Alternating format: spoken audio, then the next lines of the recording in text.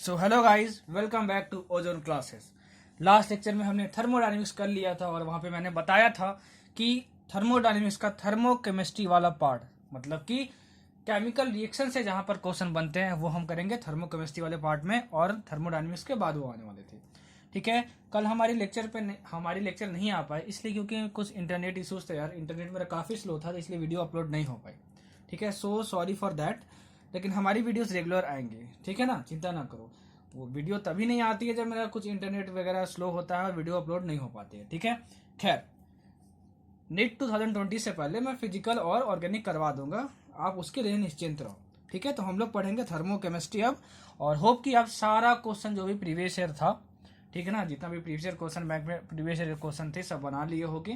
ठीक है, सारे क्वेश्चन आपसे बन गए होंगे थर्मोडायनेमिक्स के। जो न्यू कमर्स हैं इस चैनल पे मैं बता दूं कि फिजिक्स का क्रैश कोर्स मैंने ही करवाया हुआ है। क्लास 11-12 का हर एक चैप्टर मैंने बहुत अच्छे से कवर किया है। चैनल पे अलग से प्लेलिस्ट बना हुआ है, प्लीज़ आप उसके जाकर चेक करो। ठीक है, और हमारा अभी केमिस्ट्री क्रैश कोर्स चल रहा है जिसमें कि हम लोग फिजिकल केमिस्ट्री और ऑर्गेनिक केमिस्ट्री करवाने वाले हैं। और इनऑर्गेनिक पढ़ने के लिए मैंने एक वीडियो भी डाली हुई है कि इनऑर्गेनिक को इन 15-20 दिनों में कैसे पढ़ना है और बेस्ट से बेस्ट स्कोर करना है। तो प्लीज़ इस वीडियो को देख चुके तो बहुत अच्छी बात है, नहीं देखो तो प्लीज़ जाकर देखो। ठीक है, तो हम स्टार्ट करेंगे थर्मोकेमिस्ट्री। कुछ भी फालतू नहीं पढ़ेंगे, जो नीट सिलेबस में है और जो नीट पॉइंट ऑफ व्यू से इंपॉर्टेंट है और जहाँ से क्वेश्चन पूछे जाते हैं सिर्फ वो पढ़ेंगे। ठीक है, कोई भी चीज़ फालतू नहीं, ओनली टू द पॉइंट। ठीक है, तो विश्वास के साथ, अच्छे माइंडसेट के साथ बैठ के देखो। टीचर पे विश्वास रखो, खुद पे विश्वास रखो। बैठो, कॉपी पेन हाथ में होना चाहिए और साथ साथ जो बोल रहा हूँ जो लिख रहा हूँ दोनों के बेसिस पे नोट्स बनाओ। ठीक है, कैसे क्वेश्चन को सॉल्व करना है, कैसे अप्रोच करना है, कहाँ से क्वेश्चन पूछा जाता है, सब बताऊंगा, एकदम बच्चे की तरह समझाऊंगा। पूरे यूट्यूब पे ऐसा रिवीजन लेक्चर आपको नहीं मिलेगा, आई कैन बेट। ठीक है, चलो स्टार्ट करते हैं थर्मोकेमिस्ट्री। स्टार्ट करें इससे पहले मैं बता दूं कि अगर जो मैं लिखता हूँ वो फॉन्ट्स अगर आपको नहीं दिखाई देता है तो प्लीज़ इसको आप 480p रेजोल्यूशन में देखो वीडियो को। ठीक है, और अगर आवाज़ कम आती हो तो प्लीज़ ईयरफोन लगा के देखो। ठीक है, और केमिस्ट्री क्रैश कोर्स पूरा देखना है यार। ठीक है, इनफैक्ट फिजिक्स क्रैश कोर्स अगर देखे होगे तो बहुत अच्छी बात है। प्रीवियस ईयर क्वेश्चन में बनाओगे साथ साथ तो आपका फिजिक्स जरूर इंप्रूव हो गया होगा। ठीक है ना, बहुत अच्छा हो गया होगा। ठीक है, और अभी हमारी केमिस्ट्री क्रैश कोर्स चल रही है। केमिस्ट्री क्रैश कोर्स में पूरा देखो, पूरा देख लोगे ना केमिस्ट्री क्रैश कोर्स, तो लास्ट में जब नोट्स को रिवाइज करोगे ना और साथ साथ प्रीवियस ईयर होप कि आप बना ही रहोगे तो मजा आ जाएगा। बोलोगे वाह, इतने अच्छे तरीके से रिवीजन और इतने अच्छे से क्वेश्चन बनने लगे। अब खुद पे विश्वास नहीं होगा। इंप्रूवमेंट तो गारंटीड है यार, बहुत अच्छा इंप्रूव करोगे। ठीक है, बहुत अच्छा इंप्रूव करोगे। खैर, चलो स्टार्ट करते हैं थर्मोकेमिस्ट्री। ठीक, देखो थर्मोकेमिस्ट्री से एक क्वेश्चन कंफर्म आना है। एक क्वेश्चन यहाँ से हर साल आता ही आता है। ठीक है, और बहुत इजी आता है एकदम, मतलब पूरा मैथमेटिक्स जैसे बताऊंगा, जो बताऊंगा उतना पढ़ के चले जाना। नीट में जो क्वेश्चन आएगा वो बन जाएगा। ठीक है ना, पैकेज वगैरह में कोचिंग के, मतलब एलन के बात कर लो, आकाश के बात, तो पता नहीं क्या क्या दे रहा था, बहुत कुछ फालतू चीजें दे रहती है, तो बच्चों को समझ में नहीं आता क्या पढ़े क्या नहीं छोड़े, क्या पढ़े और क्या छोड़े। ठीक है, तो मैं यहाँ पे जो भी बता रहा हूँ बहुत सेलेक्टिव है, जो नीट पॉइंट ऑफ व्यू से इंपॉर्टेंट है, वहां से जहाँ से क्वेश्चन आते हैं। तो विश्वास के साथ देखना वीडियो को। चलो शुरू करते हैं थर्मोकेमिस्ट्री। ठीक है, थर्मोकेमिस्ट्री देखो, थर्मोकेमिस्ट्री में सबसे पहले इंडोथर्मिक रिएक्शन,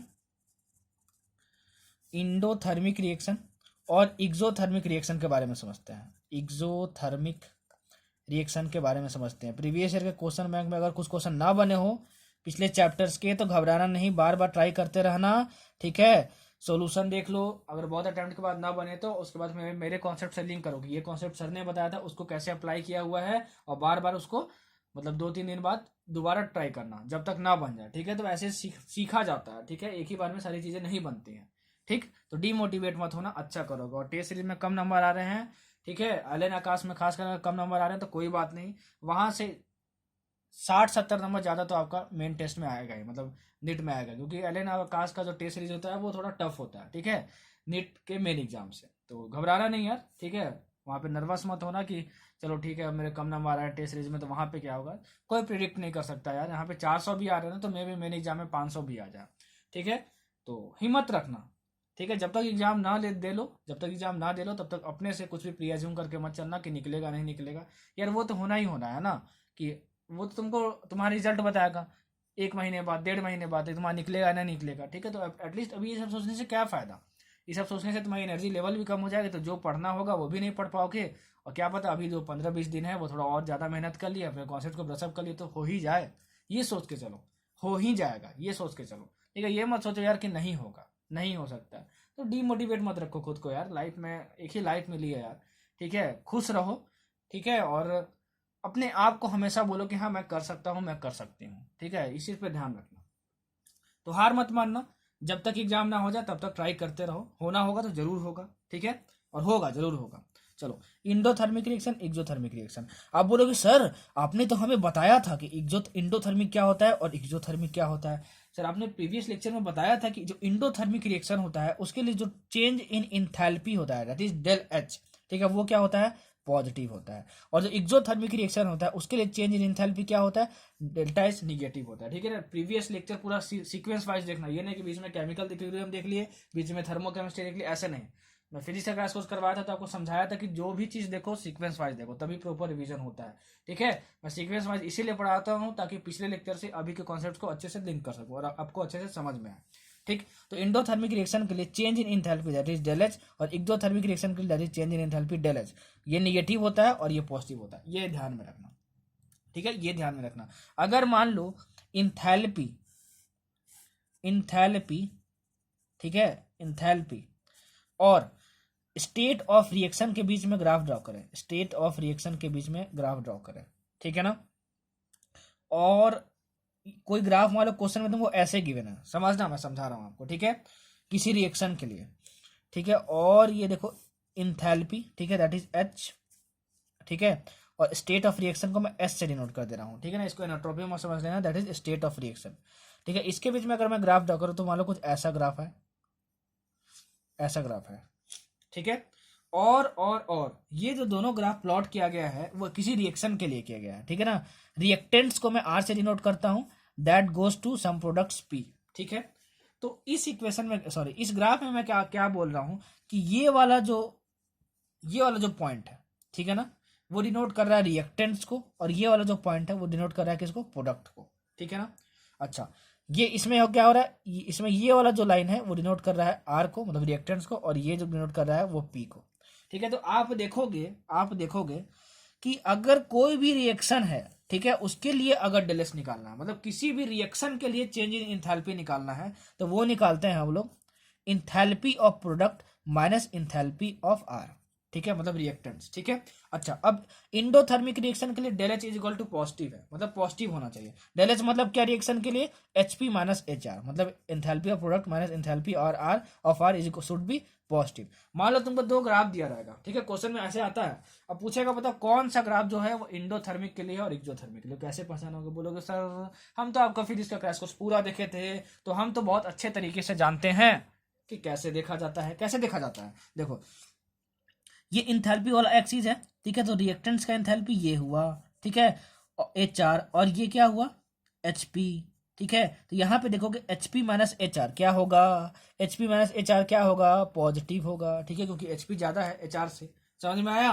तो ये क्या, कौन सा ग्राफ हुआ, इंडोथर्मिक के लिए ग्राफ हुआ, किसके लिए ग्राफ हुआ, इंडोथर्मिक के लिए हुआ। एक्सोथर्मिक के लिए देखो ये एच आर है, ठीक है, और ये कौन सा पॉइंट है, एच पी है, ठीक है। तो अगर मैं H P minus H R करूंगा, H P minus H R मतलब क्या करूंगा, enthalpy of product minus enthalpy of reactants, तो क्या आएगा ये जरा बताओ। ये वैल्यू कम है तो ये आपका जाएगा नेगेटिव, मतलब ये ग्राफ किसके लिए है, एक्सोथर्मिक रिएक्शन के लिए। तो यहाँ से क्वेश्चन पूछता है, आपको ग्राफ दे देगा और बोलेगा बताओ कौन सा ग्राफ इंडोथर्मिक का है और कौन सा एक्सोथर्मिक का है। जो बोल रहा हूँ, जैसे बोल रहा हूँ, पढ़ लेना, मजा आ जाएगा।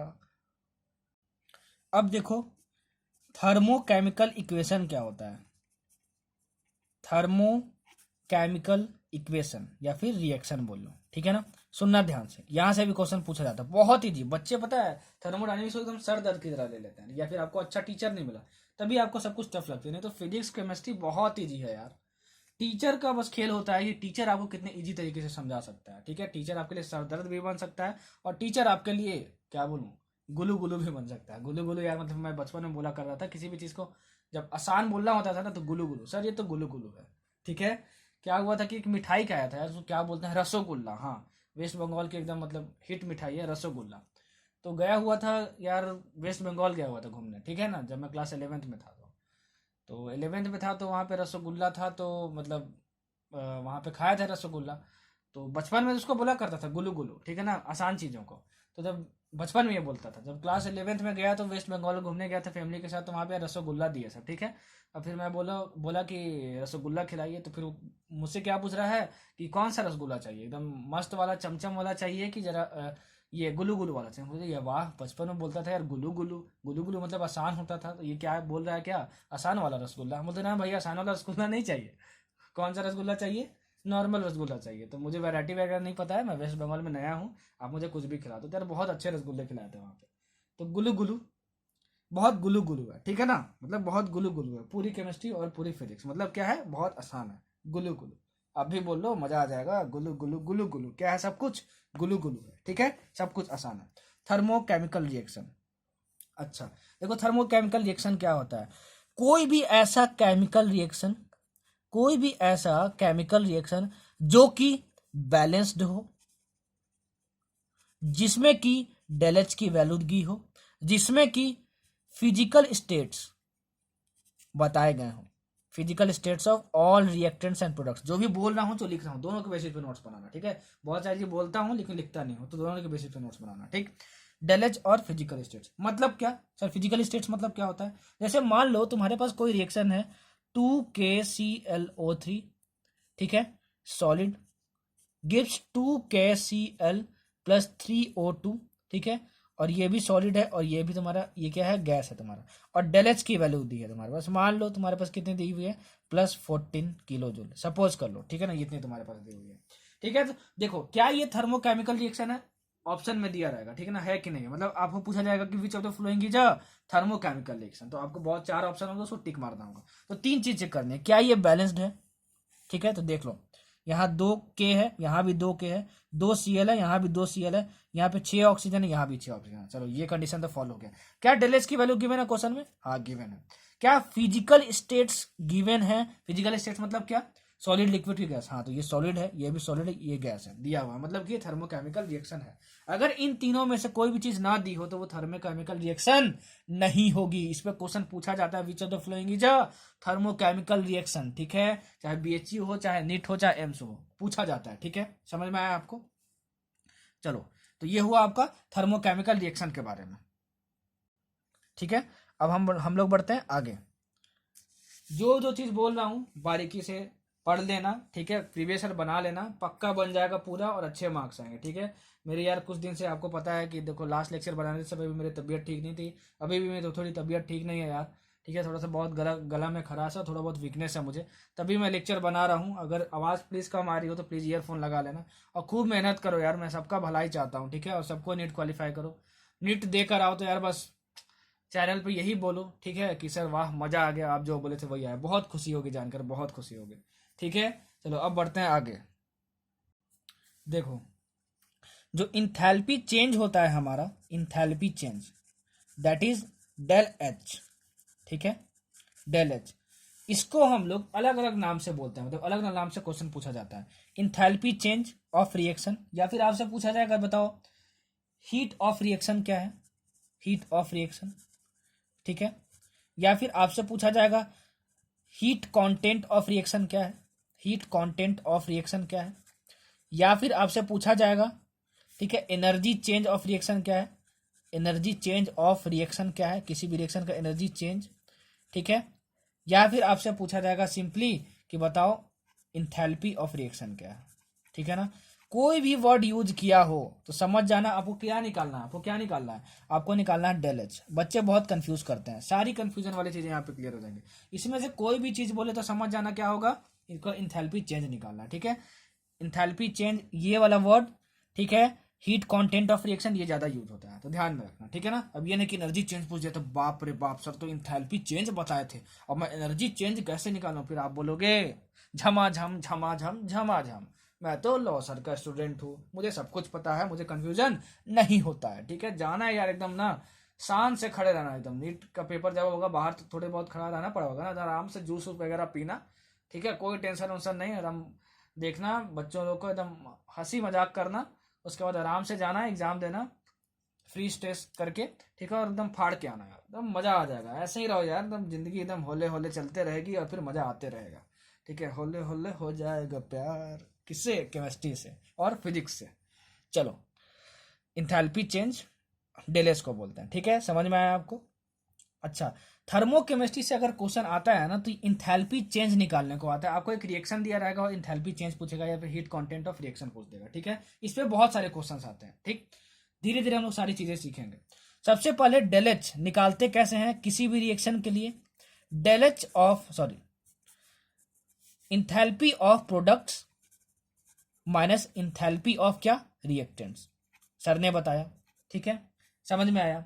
अच्छा, अगर मान लो किसी भी रिएक्शन में, ठीक है, डेल एच की वैल्यू को, ठीक है ना, मान लो तुमको गिवन है एक्स, ठीक है, और उस रिएक्शन में तुम मान लो क्या किए कि किसी भी नंबर से मल्टीप्लाई कर दिए,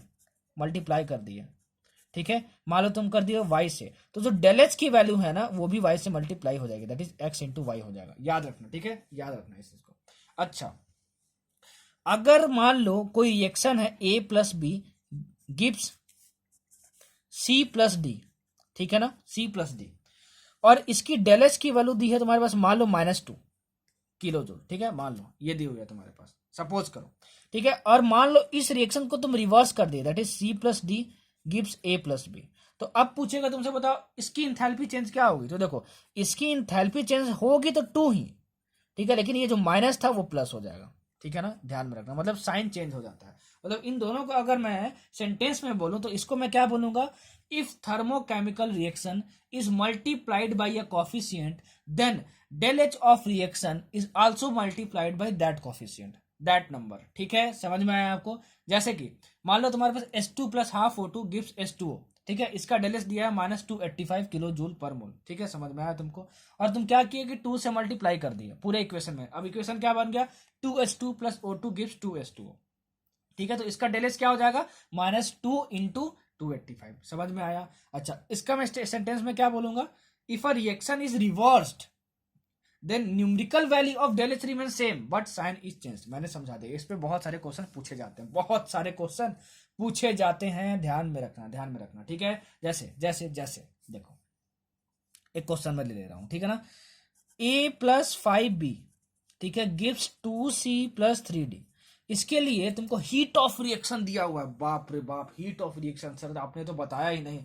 आप बोलोगे सर आपने तो बताया है, मैं आपका स्टूडेंट हूं, मैं भूलता नहीं हूं, आप क्यों बार बार बोलते हो? चिंता आप मत किया करो। हीट ऑफ रिएक्शन को हम लोग क्या बोलते हैं? एंथैल्पी चेंज ही बोलते हैं। तो इसकी डेल एच की वैल्यू तुमको गिवन है कितनी? -50 किलो जूल। ठीक है, आपसे बोला गया है कि बताओ कि 2a plus 10b gives 4c plus 6d, इसके लिए डेल एच की वैल्यू क्या होगी? इतना आसान क्वेश्चन पूछता है। ठीक है, बोलोगे सर आपने तो बताया है कि किसी भी रिएक्शन का अगर डेल एच दिया हो और हमको किसी और रिएक्शन का डेल एच फाइंड करना हो तो 2 ही रूल होते हैं, मल्टीप्लाई करके देख लो या रिवर्स करके देख लो। रिवर्स मतलब क्या होता है?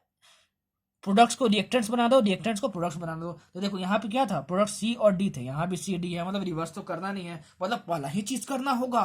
क्या करना होगा? देखो, अगर इस पूरे इक्वेशन में 2 से मल्टीप्लाई अगर आप कर दोगे, 2 से मल्टीप्लाई अगर आप कर दोगे तो क्या होगा? ये 2a plus 10b plus 4c और 3 2 6d ये बन जाएगा। लेकिन अगर इसका डेल एच निकालना होगा तो क्या होगा? सर ने बताया था कि उसी नंबर से हम लोग मल्टीप्लाई कर देंगे, तो -50 इंटू 2, तो ये कितना हो जाएगा? -100 किलो जूल। ऑप्शन में +100 जूल भी रहेगा तो उसको टिक मत मार देना। जब तक रिवर्स नहीं करोगे रिएक्शन को तो साइन नहीं बदलेगा। ठीक है, तो तुम्हारा -100 किलो जूल आंसर होगा। ऐसे ऐसे क्वेश्चन आते हैं। ठीक है, ऐसे ऐसे ही क्वेश्चन आते हैं, घबराना नहीं, सब कुछ सिखाऊंगा, सब कुछ सिखाऊंगा। अच्छा, अब देखो, जो डेल एच की वैल्यू है वो तो डिपेंड कर ही रही है कि जो तुम्हारा रिएक्शन है उसका कोफिशिएंट क्या है। ठीक है ना, मतलब अगर इसका कोफिशिएंट 1 था, ठीक है, इसका 5 था, इसका 2 था, इसका 3 था, तो डेल एच इतना था। जब 2 से मल्टीप्लाई कर दिए तो अभी रिएक्टेंट्स वही है, प्रोडक्ट्स वही है, लेकिन कोफिशिएंट बदल गया। इसका मतलब क्या हुआ कि डेल एच की वैल्यू चेंज हो गई। ठीक है, तो डेल एच की वैल्यू तो मल्टीप्लाई और रिवर्स करने से चेंज होती ही है, और तो और वो physical state of products and reactants पे भी डिपेंड करती है। ठीक है, मेरा कहने का मतलब क्या हुआ? सुनना, मेरे कहने का मतलब क्या हुआ? अगर मान लो क्वेश्चन में गिवन है कि H2 gas plus half O2, ये भी गैस है तुम्हारा, दिस गिव्स H2O लिक्विड। ठीक है, और तुम्हारे पास दूसरा इक्वेशन है H2 gas plus half O2, ये भी गैस है तुम्हारे पास, गिव्स H2O गैस। ठीक है ना, तो क्या इन दोनों का डेल एच सेम होगा? आप बोलोगे सर यहाँ देखिए कोफिशिएंट भी सबका सेम है, वन हाफ, यहाँ पे वन वन, ठीक है। और इस रिएक्शन को रिवर्स भी नहीं किए हैं, तो डेल एस की वैल्यू दोनों के लिए सेम होगी। मैं बोलूंगा नहीं, ठीक है, enthalpy change physical state of products as well as reactants पे डिपेंड करती है। तो यहाँ पे ये गैस था, ये भी गैस, ये भी गैस, यहाँ भी गैस, लेकिन यहाँ पे ये लिक्विड है, यहाँ पे गैस है, तो इसकी डेल एस की वैल्यू कुछ एक्स होगी, तो इसकी वाई होगी, ठीक है। तो ऑप्शन में दिया रहेगा आपको, दो इक्वेशन दे देगा, बोलेगा बताओ डेल एस, इसकी वैल्यू डेल एच वन है, इसकी वैल्यू डेल एच टू है, तो बताओ दोनों इक्वल होंगे कि नहीं होंगे। तो जो ऑप्शन होगा del H one is not equal to del H two, उसको आप टिक मार देना, ठीक है। इंथैल्पी चेंज, ठीक है, it also depends on this physical states of products and reactants, और ये कॉफिशिएंट पे, ठीक है। तीसरी चीज देखो, तीसरी चीज वो डिपेंड करती है इलेक्ट्रोपिक फॉर्म के भी, ठीक है ना। जैसे कार्बन हो गया, कार्बन जो है वो ग्रेफाइट फॉर्म में भी पाया जाता है और वो डायमंड में भी पाया जाता है, ठीक है। अगर दोनों का रिएक्शन O2 से हम लोग करवाएंगे तो दोनों CO2 देगा, ठीक है। लेकिन अगर इसका डेल एच वन है, heat of reaction enthalpy change, और इसका डेल एच टू है, तो del H one is not equal to del H two, ठीक है। मतलब कि कार्बन या ग्रेफाइट है, जहाँ कार्बन ग्रेफाइट ही होना चाहिए, तभी दोनों का हीट कॉन्टेंट मतलब कि इंथैल्पी चेंज सेम होगा, नहीं तो नहीं होगा। याद रखना, याद रखना, याद रखना, ठीक है। अच्छा, और टेम्परेचर मान लो एक कोई पार्टिकुलर रिएक्शन है, A plus B gives C plus T, ठीक है ना। मान लो T1 टेम्परेचर पे इसका डेल एच वन क्या है, इंथैल्पी चेंज है, ठीक है। यही same reaction A plus B C plus D, सारा state, physical state, solid, liquid, gas, सब कुछ सेम है मान लो, ठीक है ना। तो T2 टेम्परेचर पे इसका जो हीट ऑफ रिएक्शन है वो क्या कितना होगा, डेल एच टू होगा, ठीक है ना, डेल एच टू होगा। और del H one is not equal to del H two होगा, दोनों इक्वल नहीं होंगे। मतलब अगर टेम्परेचर चेंज कर दिए तो इंथैल्पी चेंज ऑफ रिएक्शन भी चेंज हो जाएगा, याद रखना। और इसको एक्सप्लेन करता है किरचॉफ्स इक्वेशन। कौन एक्सप्लेन करता है, Kirchhoff's equation. That is the Kirchhoff equation tells about the effect of temperature on enthalpy change और हीट ऑफ द रिएक्शन, याद रखना। किरचॉफ्स इक्वेशन पे क्वेश्चन तो आपको नहीं आएगा, लेकिन ये बोल सकता है कि बताओ कौन सा इक्वेशन जो है इन चारों में से वो effect of temperature on heat of reaction बताता है, ठीक है। तो उस इक्वेशन को आप याद करना। एट कांस्टेंट प्रेशर की अगर हम बात करें, अगर एट कांस्टेंट प्रेशर की हम बात करें, तो del H at temperature T2 क्या है, H2 है, minus del H at temperature T1 कितना है, T1 है, इसको 1 से कर रहा हूं, by T2 minus T1 is equal to del CP, ठीक है। कितना होगा, डेल CP, बस इसका फॉर्म याद रखना। डेल CP क्या है वो समझने की कोई जरूरत नहीं है, ठीक है ना। अच्छा, सेकेंड, अगर यही जो है उसको किया जाए एट कांस्टेंट वॉल्यूम पे, मतलब ये जो रिएक्शन है, ठीक है।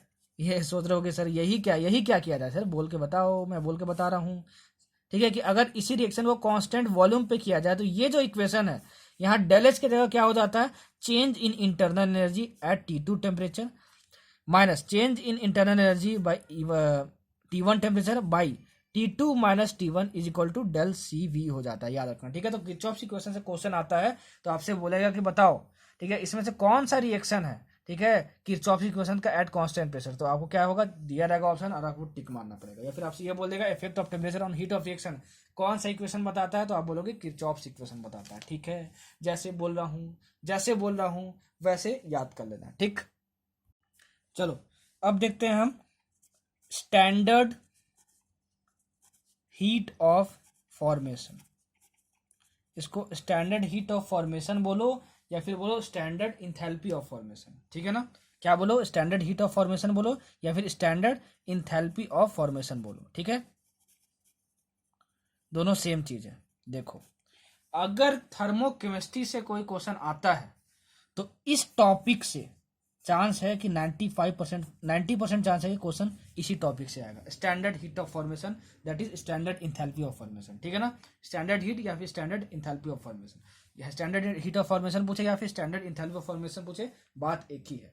देखो, जो स्टैंडर्ड वर्ड है, ठीक है, वो यूज किया गया है टेम्परेचर 298 केल्विन के लिए और प्रेशर 1 एटमॉस्फेयर के लिए, या फिर कहीं कहीं बुक में लिखा रहता है 1 बार के लिए, ठीक है ना। तो अलग अलग बुक्स में अलग अलग लिखा रहता है, सबको सही ही मान के चलो एक तरह से, ठीक है ना। अच्छा, स्टैंडर्ड और हीट ऑफ फॉर्मेशन और स्टैंडर्ड इंथैल्पी ऑफ फॉर्मेशन, दोनों सेम ही चीज है और यही निकालने को पूछा जाता है। पता नहीं कितने सारे बच्चों को कितनी सारी कंफ्यूजन होती है यहाँ पे। तो जितना समझना है, जिस तरीके से अच्छे से समझ में आएगा, मैं बहुत अच्छे तरीके से आपको एक्सप्लेन करने वाला हूँ। स्टैंडर्ड हीट ऑफ फॉर्मेशन क्या होता है, that is standard enthalpy of formation क्या होता है, मैं आपको समझाता हूँ। ठीक है, पहले मैं बोल देता हूँ, उस स्टेटमेंट को लिख लेना। ठीक है ना। It is the enthalpy change, इसका डिफिनेशन बता रहा हूं। It is the enthalpy change when 1 mole of a substance, when 1 mole of a substance is formed. सुन लेना, ठीक है, 1 मोल बनना चाहिए तुम्हारा, ठीक है, मतलब प्रोडक्ट बनना चाहिए from its constituent elements in their most abundant naturally occurring form और in their standard stable state is called reference state. ठीक है ना, is known as standard heat of formation और स्टैंडर्ड इंथैल्पी ऑफ फॉर्मेशन। इसको लिख लो अच्छे तरीके से और मैं उसको अपने लैंग्वेज में आपको समझाता हूँ। ठीक है, सुनना मेरी बात, सुनना मेरी बात। देखो, फॉर स्टैंडर्ड मतलब समझा दिया कि किसी को इस टेम्परेचर और मतलब इस कंडीशन में कर रहे हैं, इस प्रेशर पे कर रहे हैं, इस टेम्परेचर पे कर रहे हैं। ठीक है ना। इंथैल्पी चेंज, हीट चेंज तो आप जानते होंगे। फॉर्मेशन मतलब क्या होता है, किसी भी चीज का बनना। क्या होता है, किसी भी चीज का बनना। So it is the enthalpy change when 1 mole of a substance is formed from its constituent elements. अब सुनना, ठीक है, सुनना मेरी बात। देखो, अगर मान लो तुम्हारे पास कोई रिएक्शन दिया है CaO प्लस CO2 गिव्स कितना, CaCO3। ठीक है, और तुम्हारे पास दूसरा इक्वेशन दिया है Ca plus C plus 3/2O2 gives CaCO3। ठीक है, CaCO3। देखो तो सुनो, क्या क्या चेक करना है कि ये बताओ स्टैंडर्ड हीट ऑफ फॉर्मेशन यहां से मिलेगा कि नहीं मिलेगा। सुनना, it is the enthalpy change, दोनों में हम निकाल सकते हैं इंथैल्पी चेंज। ठीक है, when 1 mole of a substance is formed. ठीक है, तो बन क्या रहा है, देखो जो बन रहा है उसको देखना है। तो बन रहा है तुम्हारा CaCO3, तो क्या इसका सिर्फ 1 मोल बन रहा है कि नहीं, हाँ, तो यहाँ 1 मोल बन रहा है और यहाँ भी 1 मोल बन रहा है। ठीक है, हमको समझ में आ गया। उसके बाद हमको क्या देखना है कि वो when 1 mole of a substance is formed from its constituent elements. ठीक है, फ्रॉम इट्स कॉन्स्टिट्यूएंट एलिमेंट्स। फिर ये देखना है तुमको कि उसके कॉन्स्टिट्यूएंट एलिमेंट से बना है कि नहीं। इसका मतलब क्या हुआ सर, देखो CaCO3 तुमको बनाना है ना, तो CaCO3 में, ठीक है ना, कौन कौन से एटम है, कौन कौन सा एलिमेंट है। सुनो, तो इसमें कैल्शियम एलिमेंट है, इसमें कार्बन एलिमेंट है और इसमें ऑक्सीजन एलिमेंट है। देखो है कि नहीं है, बोलो हाँ है। रिएक्टेंट्स में C और O2 तीनों अलग अलग होना चाहिए, लिखा हुआ एकदम सिंपल लैंग्वेज में आपको समझा रहा हूं। ठीक है, तो क्या देखो यहाँ पे C और O2 अलग अलग लिखा है, C और O2 कंबाइन करके लिख दिया, तीनों अलग अलग लिखे होने चाहिए।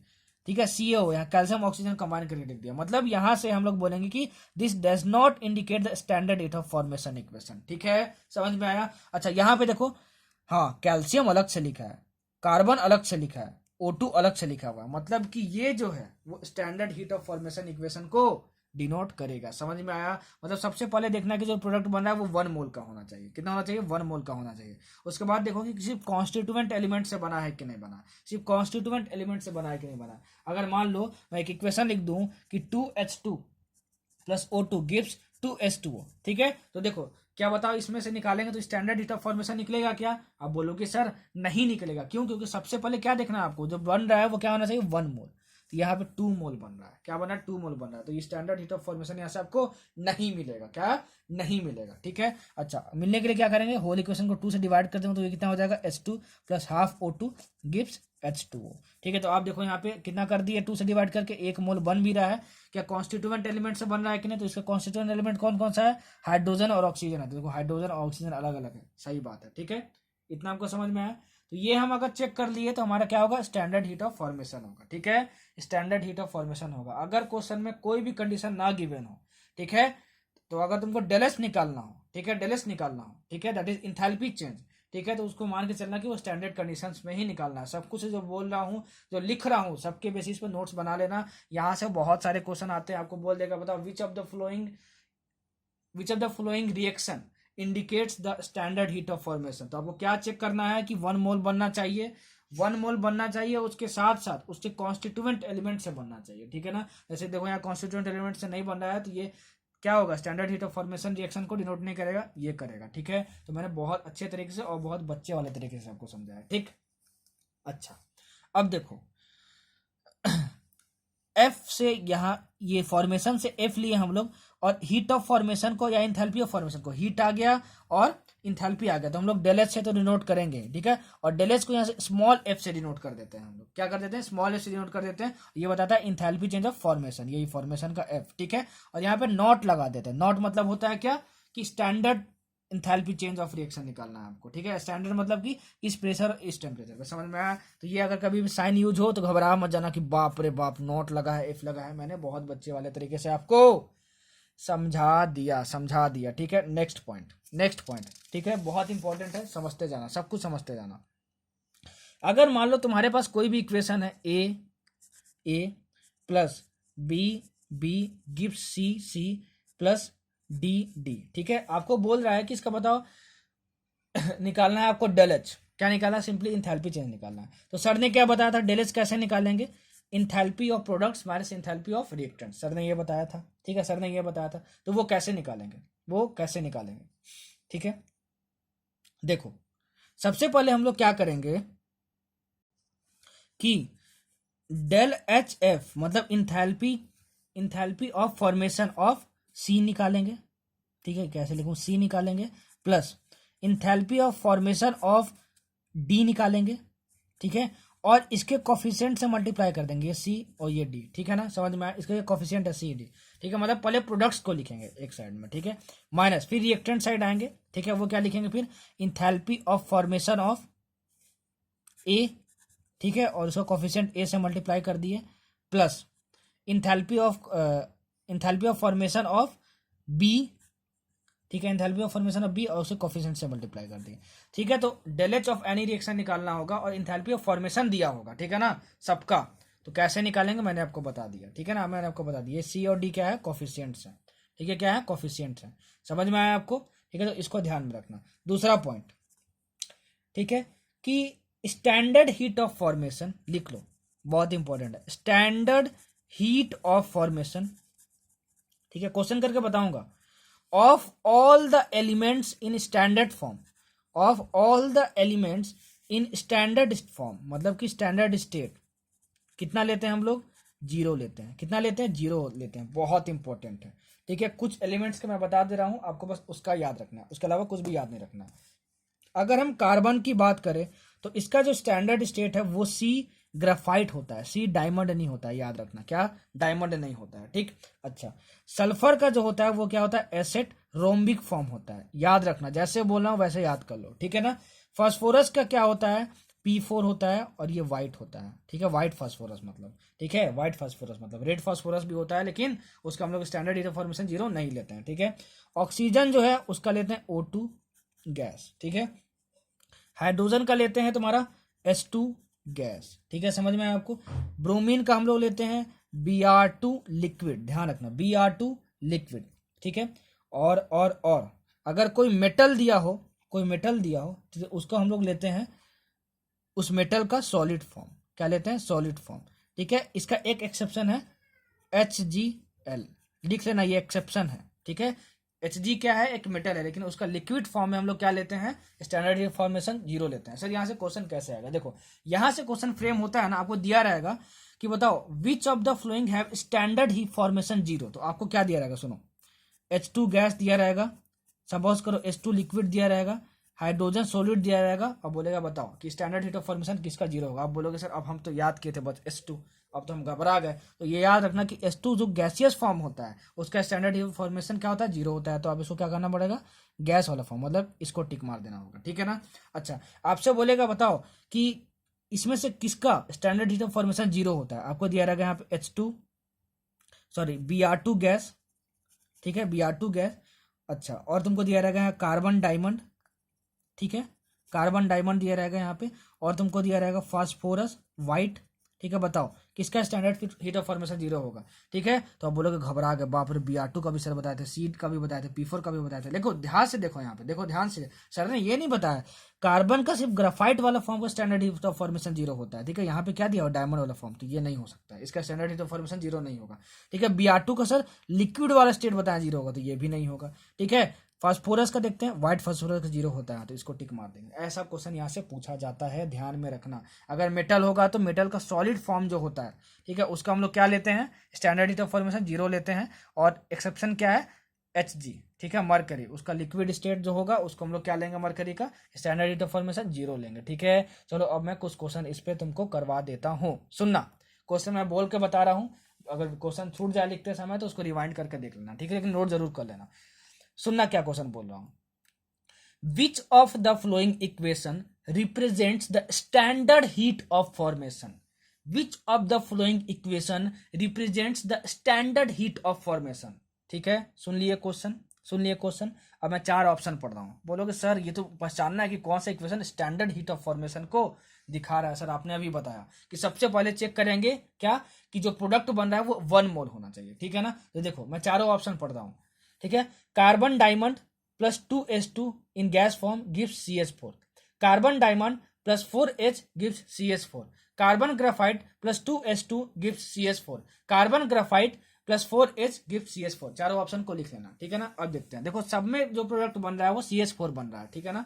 नोट कर लो क्वेश्चन, ठीक है, फिर सुनना, ठीक है, कि मैं कैसे एक्सप्लेन कर रहा हूँ। सब में क्या बन रहा है, CH4 बना, मतलब सबका 1 मोल बन रहा है, तो वो हमको समझ में आ गया। अब देखो क्या उसके कॉन्स्टिट्यूएंट एलिमेंट से बन रहा है कि नहीं, तो CH4 में कार्बन और हाइड्रोजन है, तो आप चारों इक्वेशन में देखोगे कि कार्बन और हाइड्रोजन अलग अलग लिखे हुए हैं, तो कॉन्स्टिट्यूएंट एलिमेंट से भी बन रहा है, ठीक है। तीसरी चीज हम लोग देखते हैं, जो मैं उस समय नहीं बताया था, कि जो भी एलिमेंट्स हैं वो अपने स्टैंडर्ड फॉर्म में होने चाहिए। किस फॉर्म में होना चाहिए, स्टैंडर्ड फॉर्म में होने चाहिए, ठीक है। तो कार्बन कौन से फॉर्म में होना चाहिए, उसका स्टैंडर्ड फॉर्म कौन सा है, ग्राफाइट है, ग्राफाइट है, तो ग्राफाइट फॉर्म में होना चाहिए। तो कार्बन डायमंड जो फॉर्म में था वो दोनों इक्वेशन तो ऐसे ही कैंसिल हो गए, ठीक है, वो नहीं होगा करेक्ट।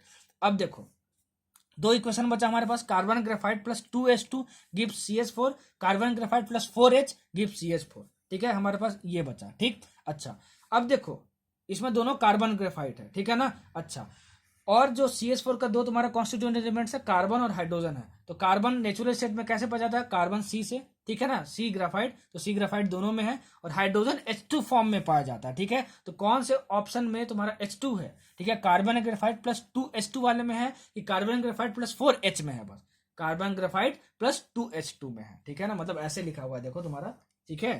थोड़ा मैं लिख के भी बता देता हूँ, तुम्हारा ये लिखा हुआ है कार्बन ग्राफाइट फॉर्म में, ठीक है, प्लस 2H2 गिव्स CH4, और एक तुम्हारा दिया हुआ है कार्बन ग्रेफाइट, ठीक है, प्लस 4H गिव्स CH4, ठीक है। तो देखो यहाँ पे 1 मोल तो बन ही रहा है, ठीक है। अच्छा और दोनों कार्बन हाइड्रोजन अलग अलग कॉन्स्टिट्यूएंट्स एलिमेंट्स भी लिखे हुए हैं, और मोस्ट स्टेबल फॉर्म में भी लिखे होना चाहिए। तो इस मोस्ट स्टेबल फॉर्म में कार्बन तो लिखा है, लेकिन मोस्ट स्टेबल फॉर्म H2 होता है, ठीक है ना, मैंने यहाँ पे बताया देखो H2 होता है ना कि H होता है, इसलिए आपको ये जो ऑप्शन है वो सही हो जाएगा। समझ में आया, मतलब 3 चीजें आपको चेक करनी होती हैं, सब्सटेंस का 1 मोल बनना चाहिए, उसके कॉन्स्टिट्यूएंट एलिमेंट्स अलग अलग लिखे होने चाहिए, सब कुछ मैंने एक्सप्लेन कर दिया एग्जाम्पल से, और जो भी कॉन्स्टिट्यूएंट एलिमेंट्स अलग अलग लिखे होंगे उसका मोस्ट स्टेबल फॉर्म देखना होगा। मोस्ट स्टेबल फॉर्म में देखने के लिए बस ये एग्जांपल्स आप याद कर लेना, ठीक है ना, ये एग्जांपल्स आप बस याद कर लेना, ठीक। अच्छा चलो दूसरा क्वेश्चन देखते हैं, आप सॉल्व करके बताओ, ठीक है ना। Which of the following reaction defines del HF not. बाप रे बाप, डेल HF नॉट क्या होता है, अरे सर हम नहीं घबराएंगे, हम तो आपके स्टूडेंट हैं, हमको पता है डेल HF नॉट क्या होता है। Standard enthalpy change of formation होता है। सर आपने बताया था एफ से फॉर्मेशन, डेल एफ से इंथैल्पी चेंज, डेल एच से इंथैल्पी चेंज, और नॉट से स्टैंडर्ड, ठीक है। तो स्टैंडर्ड आपको देखना, मतलब सबसे पहले आपको क्या देखना होगा कि 1 मोल ऑफ प्रोडक्ट बनना चाहिए, ठीक है। तो आपके पास क्वेश्चन, जो क्वेश्चन है मेरे पास, ठीक है, उसके पास एक वहां पे एक इक्वेशन दिया हुआ है, ठीक है ना, एक ऑप्शन में, वो क्या है, N2 gas plus 3s2 gas gives 2NH3, ठीक है। तो ये तो ऐसे ही कैंसिल हो गया क्योंकि NH3 बन रहा है, उसका 2 मोल बन रहा है, तो ये स्टैंडर्ड इंथैल्पी ऑफ फॉर्मेशन को डिनोट नहीं कर सकता, तो ये ऑप्शन गलत हो गया, ठीक है। अच्छा दूसरा ऑप्शन तुम्हारे पास क्या दिया हुआ है, carbon diamond plus O2 gives CO2। यहाँ पे तो 1 मोल बन रहा है, कार्बन में कॉन्स्टिट्यूएंट एलिमेंट्स कार्बन और ऑक्सीजन है, वो भी अलग अलग लिखा है कार्बन और ऑक्सीजन, लेकिन यहाँ कार्बन का ग्राफाइट फॉर्म होता है क्या, स्टैंडर्ड स्टेट में, हमें वो क्या दिया, कार्बन डायमंड, तो ये भी ऑप्शन नहीं होगा, ठीक है। और क्या दिया हुआ तुम्हारे पास, CO plus half O2 gives CO2, ठीक है। तो यहाँ भी 1 मोल CO2 बन रहा है, लेकिन CO2 का कॉन्स्टिट्यूएंट एलिमेंट्स क्या है, कार्बन और ऑक्सीजन है, ठीक है। लेकिन तुमको क्या दिया हुआ है, CO प्लस हाफ O2, मतलब C और O एक साथ लिख दिया, कार्बन मोनोऑक्साइड, तो ये ऑप्शन भी नहीं होगा, ठीक है। एक और ऑप्शन क्या दिया हुआ है, half H2 plus half F2 gives HF। तो देखो HF क्या बन रहा है तुम्हारे पास, क्या बन रहा है तुम्हारे पास, 1 मोल बन रहा है, उसके कॉन्स्टिट्यूएंट एलिमेंट्स क्या है, हाइड्रोजन और फ्लोरीन है, तो half H2 plus half F2, hydrogen और फ्लोरीन अलग अलग लिखे हुए हैं, ठीक है। समझ में आया तुमको। प्रोडक्ट्स का 1 मोल देखना, बच्चे रिएक्टेंट्स का 1 मोल भी देखने लगते हैं, अरे सर यहाँ half H2 plus half F2 दिया हुआ है, ठीक है, तो ये तो नहीं होगा ना। अरे भाई प्रोडक्ट क्या बन रहा है, HF बना, प्रोडक्ट का 1 मोल बनना चाहिए, ध्यान रखना, ठीक है। तो प्रोडक्ट का वन मोल बनना है, उसके कॉन्स्टिट्यूएंट एलिमेंट्स भी हैं और अपने स्टेट मतलब मोस्ट स्टेबल फॉर्म में भी है। H2 तुम्हारा गैस है, ठीक है, मोस्ट स्टेबल फॉर्म में है तुम्हारा, और F2 तुम्हारा गैस है, वो भी मोस्ट स्टेबल फॉर्म में है। तो तुम्हारा जो चौथा ऑप्शन है वो सही हो जाएगा, ठीक है। जितनी भी चीजें बोला हूं बहुत अच्छे तरीके से समझाया हूं, लिख लेना भाई, यहाँ से बहुत क्वेश्चन आता है, ठीक है, और बहुत अच्छे से मैं एक्सप्लेन कर रहा हूँ। इतने अच्छे से रिवीजन लेक्चर में आपको कोई एक्सप्लेन नहीं करेगा, ठीक। चलो अब एक दो न्यूमेरिकल सॉल्व करके बताता हूँ। सुनो क्वेश्चन क्या पूछा हुआ है। Calculate delta H not for the reaction 2Als plus Fe2O3 gives 2FeS plus Al2O3, ठीक है। Given that standard enthalpy of FeO2 Fe2O3 मतलब इसका स्टैंडर्ड इंथैल्पी आपको गिवन है कितना, -196.5 किलो कैलोरी, ठीक है। और आपको स्टैंडर्ड इंथैल्पी Al2O3 का भी गिवन है, ठीक है, उसको कितना गिवन है, -399.1 किलो कैलोरी। तो आपसे क्या पूछा है, calculate del H not for this reaction, ठीक है, मतलब स्टैंडर्ड नॉट लग गया, मतलब क्या, standard enthalpy change for this reaction find करना है, ठीक है। नॉट का मतलब क्या होता है, स्टैंडर्ड, ठीक है, standard enthalpy change of this reaction find करना है। तो आप बोलोगे सर हमको पता है कि standard enthalpy change of reaction क्या होता है। अरे मतलब इंथैल्पी चेंज ही निकालना है तो क्या होता है, enthalpies of products minus enthalpy of reactants. First पहले या दूसरे स्लाइड में मैंने बताया, ठीक है। तो निकालते हैं, क्या करते हैं, निकालते हैं, ठीक है। मैंने फर्स्ट या सेकंड स्लाइड में बताया था, उसका तो हम लोग यूज करेंगे। साथ ही साथ मैंने बताया था कि स्टैंडर्ड इंथैल्पी जब गिवन हो, देखो इंथैल्पी ऑफ फॉर्मेशन जब सब कुछ गिवन हो तब हम लोग डेल एच ऑफ रिएक्शन कैसे निकालते हैं, ये मैंने बताया था, ठीक है। मतलब प्रोडक्ट का इंथैल्पी ऑफ फॉर्मेशन लिखो, सी से मल्टीप्लाई करो प्लस इसका और माइनस इसका। देखो इसी को मैं लिखने वाला हूँ इस इक्वेशन के लिए, तो मैं क्या लिखूंगा, ठीक है, मैं क्या लिखूंगा, देखो इसको देख के लिखो यहीं पर, ठीक है। तो मैं लिखूंगा, तो मैं देखो पहले प्रोडक्ट के लिए लिखना है, मतलब सी और डी के लिए लिखना है, ठीक है, प्रोडक्ट के लिए लिखना है, मतलब FeS और Al2O3 के लिए डेल एच ऑफ Fe, ठीक है, उसके कोफिशिएंट से मल्टीप्लाई कर दिए सी से, मतलब यहाँ 2 से मल्टीप्लाई कर दिए, ठीक है, plus del H of Al2O3, ठीक है, इसका कोफिशिएंट कितना है 1 है तो 1 से मल्टीप्लाई कर दिए, माइनस क्या करना है, रिएक्टेंट से करना है, ठीक है, 2 into del H of Al, ठीक है, और यहाँ पे कितना होगा माइनस प्लस 1 इंटू, यही लिख रहा हूँ, ठीक है ना, ध्यान से देखना, इस रिएक्शन को देख के यहाँ पे समझ जाना, 1 into del H of Fe2O3, ठीक है। अब देखो मजे की बात क्या है, सुनना, तुमको क्या दिया हुआ है, standard enthalpy of formation of this, standard enthalpy of formation of this, लेकिन तुमको इसका नहीं दिया है और इसका नहीं दिया। आप बोलोगे सर ये तो सॉलिड फॉर्म में है और अल्युमिनियम और Fe दोनों मेटल्स हैं, तो मेटल्स का सर आपने क्या बताया था, स्टैंडर्ड स्टेट क्या होता है, मेटल्स का स्टैंडर्ड स्टेट होता है उसका सॉलिड फॉर्म, और मेटल का स्टैंडर्ड सॉलिड फॉर्म होता है, और तो उसके लिए हमको क्या करना है, उसका स्टैंडर्ड हीट ऑफ फॉर्मेशन कितना लेना है, 0 लेना है। मतलब कि मैं देखो यहाँ क्या Al सॉलिड फॉर्म में है, ठीक है, इसका मतलब इसको मैं 0 कर दूंगा, ठीक है, डेल एच ऑफ Al को, ठीक है, क्योंकि यहाँ पे स्टैंडर्ड की बात किया हुआ है, तो वो स्टैंडर्ड निकालना है, नॉट लिखा हुआ है उससे हम समझ गए, ठीक है। अच्छा Fe देखो यहाँ पे S सॉलिड फॉर्म है, मेटल सॉलिड फॉर्म है, उसका स्टैंडर्ड ऑफ फॉर्मेशन 0 लेना है, ठीक है।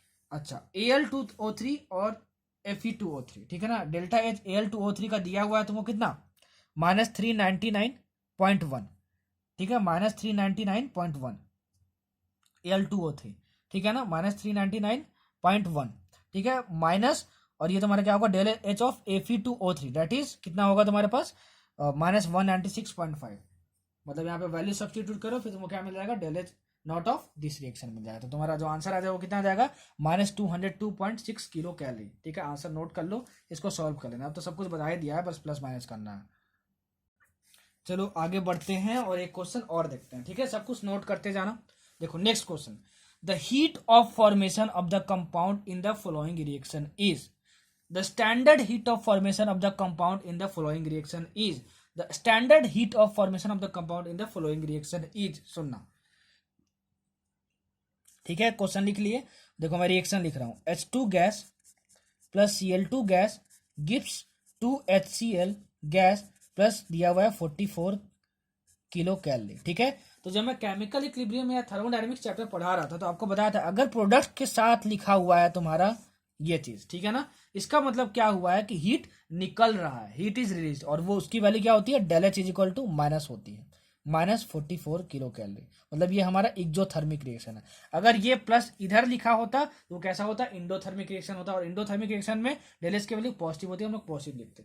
नहीं देखो पिछले लेक्चर तो कोई बात नहीं, यहाँ पे सीख लिए, जो मैं बोल रहा हूँ बाहर पर ध्यान से सुन लेना और फिर उसको नोट्स में बना लेना कि अगर ये वैल्यू प्रोडक्ट साइड लिखी होगी तो ये क्या होगा, एक्सोथर्मिक रिएक्शन होगा, और ये डेल एच की वैल्यू गिवन होती है। तो एक्सोथर्मिक रिएक्शन है तो डेल एच की वैल्यू गिवन है तो वो निगेटिव होगी। अगर यही चीज इधर लिखा होता तो वो क्या होता, डेल एच की वैल्यू गिवन होती, लेकिन इंडोथर्मिक रिएक्शन होता, और इंडोथर्मिक के लिए यहाँ पे प्लस हो जाता। तो इस साइड दिया है तो ये समझ गया, ठीक है। आपको क्या निकालना है, standard heat of formation of the compound निकालना है। तो अब कंपाउंड क्या बना है, HCl बना है, ठीक है ना। इसका स्टैंडर्ड हीट ऑफ फॉर्मेशन निकालना है, ठीक है। तो बोलोगे सर ये तो दिया ही है। अरे भाई स्टैंडर्ड हीट ऑफ फॉर्मेशन निकालना है, मतलब तुम्हारा जो रिएक्शन है वो स्टैंडर्ड फॉर्म में होना चाहिए। और स्टैंडर्ड हीट ऑफ फॉर्मेशन निकालने के लिए क्या होना चाहिए, जो प्रोडक्ट का है, प्रोडक्ट का तुमको 1 मोल बनना चाहिए। क्या बनना चाहिए, 1 मोल बनना चाहिए। तो हमको इसका 1 मोल बनाना है, तुमको क्या करना पड़ेगा, हाफ से मल्टीप्लाई करना पड़ेगा पूरे इक्वेशन में, that is half H2 plus half Cl2 gives HCl, ठीक है। और अगर मैं हाफ से मल्टीप्लाई कर दिया पूरे इक्वेशन में तो डेल एच को भी उससे मल्टीप्लाई करना होगा, सर ने बताया था डेल एच के रूल्स में। तो -44 इंटू हाफ, तो ये तुम्हारा कितना हो गया, -22 किलो कैलोरी, ठीक है। तो ये तुम्हारा स्टैंडर्ड हीट ऑफ फॉर्मेशन आया। ऑप्शन में आपको -44 भी गिवन रहेगा तो उसको टिक मत मार देना भाई, समझ में आया, टिक मत मार देना। हो सकता है ऑप्शन में -22 और +22 भी गिवन रहे, तो यहाँ पे प्लस प्रोडक्ट साइड लिखा हो तो वो एक्सोथर्मिक रिएक्शन होता है, ये भी पहचानने आना चाहिए, समझ में आया। तो ये गलती मत कर लेना, पहले कभी भी स्टैंडर्ड वर्ड यूज कर दिया एग्जाम में यही करेगा, और यहाँ 2 मोल दे दिया तो स्टैंडर्ड वर्ड यूज कर दे तो सबसे पहले यही चेक करना कि बस देख लेना कि जो प्रोडक्ट है उसका 1 मोल बन रहा है कि नहीं बन रहा है, ठीक है बच्चों, ठीक है। चलो अब आगे बढ़ते हैं हीट ऑफ कंबसन पे। हीट ऑफ कंबसन पे देखो सब अलग अलग नाम है बस, ठीक ना, एकदम गुमराह कर देता है बस थर्मोडायनेमिक्स में। कंबसन क्या होता है जरा बताना। तो कंबसन मतलब होता है किसी भी एलिमेंट या किसी भी कंपाउंड का ऑक्सीजन के साथ रिएक्शन, ठीक है, वो कंबसन कहलाता है, ठीक है, कंबसन कहलाता है। जैसे कि सी ग्राफाइट प्लस O2 गिव्स क्या, CO2, ठीक है, समझ में आया तुम्हारे पास। तो ऑक्सीजन से रिएक्शन हो रहा है तो ये कंबसन रिएक्शन है, ठीक है। देखो कभी भी अगर कंबसन होता है, ठीक है, तो वो हमेशा और हमेशा एक्सोथर्मिक रिएक्शन होगा। क्वेश्चन में पूछा जाता है, जैसे तुमसे क्वेश्चन पता है क्या पूछेगा, बोलेगा बताओ the combustion of methane is, methane क्या होता है, CH4 होता है तुम्हारे पास। तो ऑप्शन में ये रहेगा इज एन एक्सोथर्मिक रिएक्शन, तो आपको उसको टिक मारना पड़ेगा। जहां भी कंबसन वर्ड यूज कर दिया समझ जाना कि क्या होगा, वो एक्सोथर्मिक रिएक्शन होगा। और अगर कंबसन एक्सोथर्मिक रिएक्शन है तो डेल एच की वैल्यू उसकी हमेशा क्या होगी, निगेटिव होगी। क्या होगी, निगेटिव होगी, याद रखना, ठीक है, निगेटिव होगी। देखो हीट ऑफ कंबसन कैसे निकालते हैं, जैसे मान लो तुम्हारे पास रिएक्टेंट्स हैं A plus B gives C plus D, ठीक है ना। अगर तुमको हीट ऑफ कंबसन निकालना है, ठीक है, हीट ऑफ रिएक्शन इस का हीट ऑफ रिएक्शन निकालना है, मतलब इंथैल्पी चेंज ऑफ रिएक्शन निकालना, मतलब डेल्टा H निकालना है। तो आपको क्या करना होगा, ठीक है, आपको क्या करना होगा कि heat of combustion of products reactants minus heat of combustion of products करना होगा। देखो जब हमें वहां डेल एच निकालना होता था तो हम लोग क्या करते थे, देखो इंथैल्पी चेंज ऑफ फॉर्मेशन में क्या करते थे, H of P minus H of R करते थे। लेकिन जब हीट ऑफ कंबसन निकालना होता है तो क्या करते हैं, H of reactants minus H of products करते हैं। यही डिफरेंस है, ठीक है ना, यही डिफरेंस है। वहां पे HP माइनस HR करते थे, यहाँ HR माइनस HP करते हैं, ध्यान में रखना। हालांकि यहाँ से कभी क्वेश्चन नहीं आएगा, यहाँ से कभी भी क्वेश्चन नहीं आएगा। और एज यूजुअल अगर यहाँ पे स्टैंडर्ड हीट ऑफ कंबसन अगर बोल दिया, ठीक है, तो इसका मतलब क्या हुआ कि इसका 1 मोल बनना चाहिए, इसके कॉन्स्टिट्यूएंट एलिमेंट से होना चाहिए, और सारे कॉन्स्टिट्यूएंट एलिमेंट्स स्टैंडर्ड फॉर्म में होना चाहिए। यहाँ से क्वेश्चन नहीं आएगा हीट ऑफ कंबसन क्या होता है, ठीक है, मैंने समझा दिया, डेल एच इसके लिए हमेशा निगेटिव होगा, ठीक है। अब देखो कैलोरीफिक वैल्यू, यहां से क्वेश्चन पूछ सकता है और इसका सिर्फ एक ही फॉर्मूला, ठीक है, इसका डिफिनेशन लिख सकते हो आप, the amount of heat released और evolved when 1 gram of a substance is completely burnt, ठीक है। ये लिख लो चाहो तो, इसके स्टेटमेंट पे क्वेश्चन नहीं आने वाला, बोर्ड में पूछा जाता है डिफिनेशन, ठीक है। न्यूमेरिकल सॉल्व करने के लिए आपको कैलोरीफिक वैल्यू, ठीक है, दैट इज उसको मैं डिनोट कर दे रहा हूँ CV से, ठीक है। उसकी जो वैल्यू होती है वो होता है del H of combustion, del H of combustion मतलब इंथैल्पी चेंज ऑफ कंबसन और हीट ऑफ कन्वर्सन, ठीक है, बाय मॉलिक्यूलर वेट, ठीक है, बाई मॉलिक्यूलर वेट। जैसे एक एग्जांपल में लेकर मैं समझाता हूँ, बहुत इजी क्वेश्चन आता है, बच्चे बस घबरा जाते हैं, उनको समझ में नहीं आता क्या पढ़े और क्या नहीं पढ़े, ठीक है, बस यही बात है। नहीं तो है बहुत आसान सबको। सुनना, क्वेश्चन आपसे पूछा जा रहा है क्या, find out the calorific value of glucose, ठीक है, क्वेश्चन में है आपके पास C6H12O6 प्लस, सॉरी क्या लिख रहा हूँ यार, C6H12O6, ये तुम्हारा क्या हुआ, ये तुम्हारा हुआ ग्लूकोज, ठीक है, plus 6O2 gives 6CO2 plus 6H2O। इसके लिए तुमको दिया हुआ है डेल एच की वैल्यू, डेल एच मतलब -2900 किलो जूल पर मोल। आपको बोला है कि calorific value of glucose find करो। ग्लूकोज कहाँ है, ये है, ग्लूकोज कहाँ है, ये है, ठीक है। अच्छा, तो कैलोरीफिक वैल्यू फाइंड करें, डेल एच ऑफ कंबशन देना होना चाहिए और मॉलिक्यूलर वेट देना चाहिए। देखो, रिएक्शन का जो टाइप होता है ना, वही डेल एच का नाम होता है। देखो मैं मतलब क्या समझा रहा हूं मैं, ठीक है, सुनो। कंबशन दिया हुआ है, डेल एच कंबशन, आप बोलोगे सर यहाँ डेल एच की वैल्यू बस गिवन है। अरे देखो भाई, अगर ऑक्सीजन के साथ रिएक्शन हो रहा है मतलब क्या, कंबशन हो रहा होगा, ठीक है। तो और आपको डेल एच का मतलब क्या हुआ, डेल एच का मतलब वो इंथैल्पी चेंज। तो ये रिएक्शन कौन सी रिएक्शन है, कंबशन रिएक्शन है, तो बस डेल एच का जगह कंबशन लगा दिया, ठीक है। तो ये कंबशन रिएक्शन है, उस कंबशन रिएक्शन के लिए डेल एच है, मतलब ये डेल एच ऑफ कंबशन ही दिया हुआ है। समझ में आया तुमको, समझ में आया तुमको। बाई मॉलिक्यूलर वेट करना है, क्या करना है तुमको, बाई मॉलिक्यूलर वेट करना है। तो देखो डेल एच ऑफ कंबशन तुमको दिया हुआ है, ठीक है, एक मोल में कितना लग रहा है, -2900, ठीक है। तो देखो यहाँ पे ग्लूकोज जो है उसका एक ही मोल यहाँ पर प्रेजेंट है, क्या प्रेजेंट है, एक ही मोल प्रेजेंट है। तो डेल एच ऑफ कंबशन इसके लिए गिवन है -2900, ठीक है, हम लोग लिख देते हैं, ठीक है, 2900, ठीक है, 2900 बाई, ठीक है। अब क्या करेंगे यहाँ पे 2900 बाई क्या करेंगे, मॉलिक्यूलर वेट। तो इसका मॉलिक्यूलर वेट कितना होगा, C6H12 और O6 का, ग्लूकोज का कितना होगा, कैलकुलेट करना, वो आएगा तुम्हारे पास 180। कितना आएगा तुम्हारे पास, 180। तो जब इसको आप डिवाइड करोगे तो आपके पास आएगा अप्रोक्सीमेटली 16.11 किलो जूल पर ग्राम, ठीक है, क्योंकि ये कितना आएगा आपका, इसका मॉलिक्यूलर वेट इन ग्राम आएगा तुम्हारे पास, कितना आएगा, 180 ग्राम आएगा। कैलकुलेट कर लेना, मॉलिक्यूलर वेट निकालना मैं मोल कॉन्सेप्ट में ही आपको सिखा चुका हूँ। देखो क्वेश्चन कितना भयानक था और इसका सोल्यूशन कितना आसान था। तो ऐसे ही है पूरा केमिस्ट्री, ठीक है ना, बहुत आसान है सब कुछ, लेकिन बच्चे घबरा जाते हैं, ठीक, बच्चे घबरा जाते हैं। चलो एक क्वेश्चन और लेते हैं, ठीक, एक क्वेश्चन और लेते हैं, इस पे जितने टाइप के क्वेश्चन बन सकते हैं सब कुछ करवा दूंगा, ठीक है, सब कुछ करवा दूंगा, कुछ भी नहीं छोड़ूंगा। सुनो, the heat evolve in the combustion of glucose is given by the equation, ठीक है, लिख लेना जो बोल रहा हूं। तुम्हारे पास एक इक्वेशन गिवन है C6H12O6 plus 6O2 gives 6CO2 plus 6H2O, ठीक है ना। The heat involve in the combustion of glucose, जाहिर सी बात है, बोलने की क्या जरूरत है भाई, सबने तो बताया कि ऑक्सीजन के साथ रिएक्शन हो रहा है, तो मतलब कि वो कंबशन ही हो रहा होगा। तो heat evolve in the combustion of reaction, ठीक है, हीट इवॉल्व मतलब हीट निकलना, हीट ऑफ रिएक्शन है मतलब क्या, डेल एच की वैल्यू गिवन है, और डेल एच की वैल्यू कितने गिवन है तुम्हारे पास, -680 किलो कैलोरी। जाहिर सी बात है ये माइनस में होगा क्योंकि कंबशन रिएक्शन है, O2 के साथ रिएक्शन हो रहा है। तो heat evolve in the combustion of glucose is this, ठीक है। आपसे क्या पूछा है, weight of CO2, weight of CO2, ठीक है, produced when 170 kilo calorie of heat is evolve, ठीक है। सुनना मैं क्या बोल रहा हूं, आपसे ये पूछा हुआ है, जब तुम्हारा -680 किलो कैलोरी रिलीज हो रहा था उस समय CO2 कितना बन रहा था, देखो उस समय CO2 तुम्हारा कितना बन रहा था, 6 मोल बन रहा था CO2 का, ठीक है ना। तो CO2 का मॉलिक्यूलर मास कितना होगा तुम्हारा बताना, तो मॉलिक्यूलर मास कितना होगा, कैलकुलेट करो, 12 + 32, 16 × 32 मतलब ये कितना हुआ, 8 4 वाला मतलब 44 ग्राम, ठीक है। और बन कितना रहता है, 6 मोल बना था। ये मोल को डिनोट करता है ना, मोल्स कॉन्सेप्ट में मैं पढ़ा चुका हूँ, सब कुछ सीक्वेंस वाइज देखना, नहीं तो गलती आपकी है, सीक्वेंस वाइज इसीलिए मैं चलता हूँ, ठीक है ना। मोल कॉन्सेप्ट में मैं पढ़ा चुका हूँ, इसका 6 मोल बन रहा है, मतलब 6 × 44 ग्राम जब तुम्हारा CO2 बन रहा है तो कितना रिलीज हो रहा है, कितना रिलीज हो रहा है बताओ, 680 किलो कैलोरी रिलीज हो रहा है, ठीक है ना। अच्छा, एक कैलोरी तुम्हारा कब रिलीज होगा, सुनो, एक कैलोरी तुम्हारा कब रिलीज होगा, 44 × 6 करेंगे तो कितना होगा, 6 4 24 मतलब × 64 होगा, मतलब 264 ग्राम CO2 जब बन रहा है तुम्हारा तो इतना रिलीज हो रहा है, ठीक है, समझ में आया तुमको।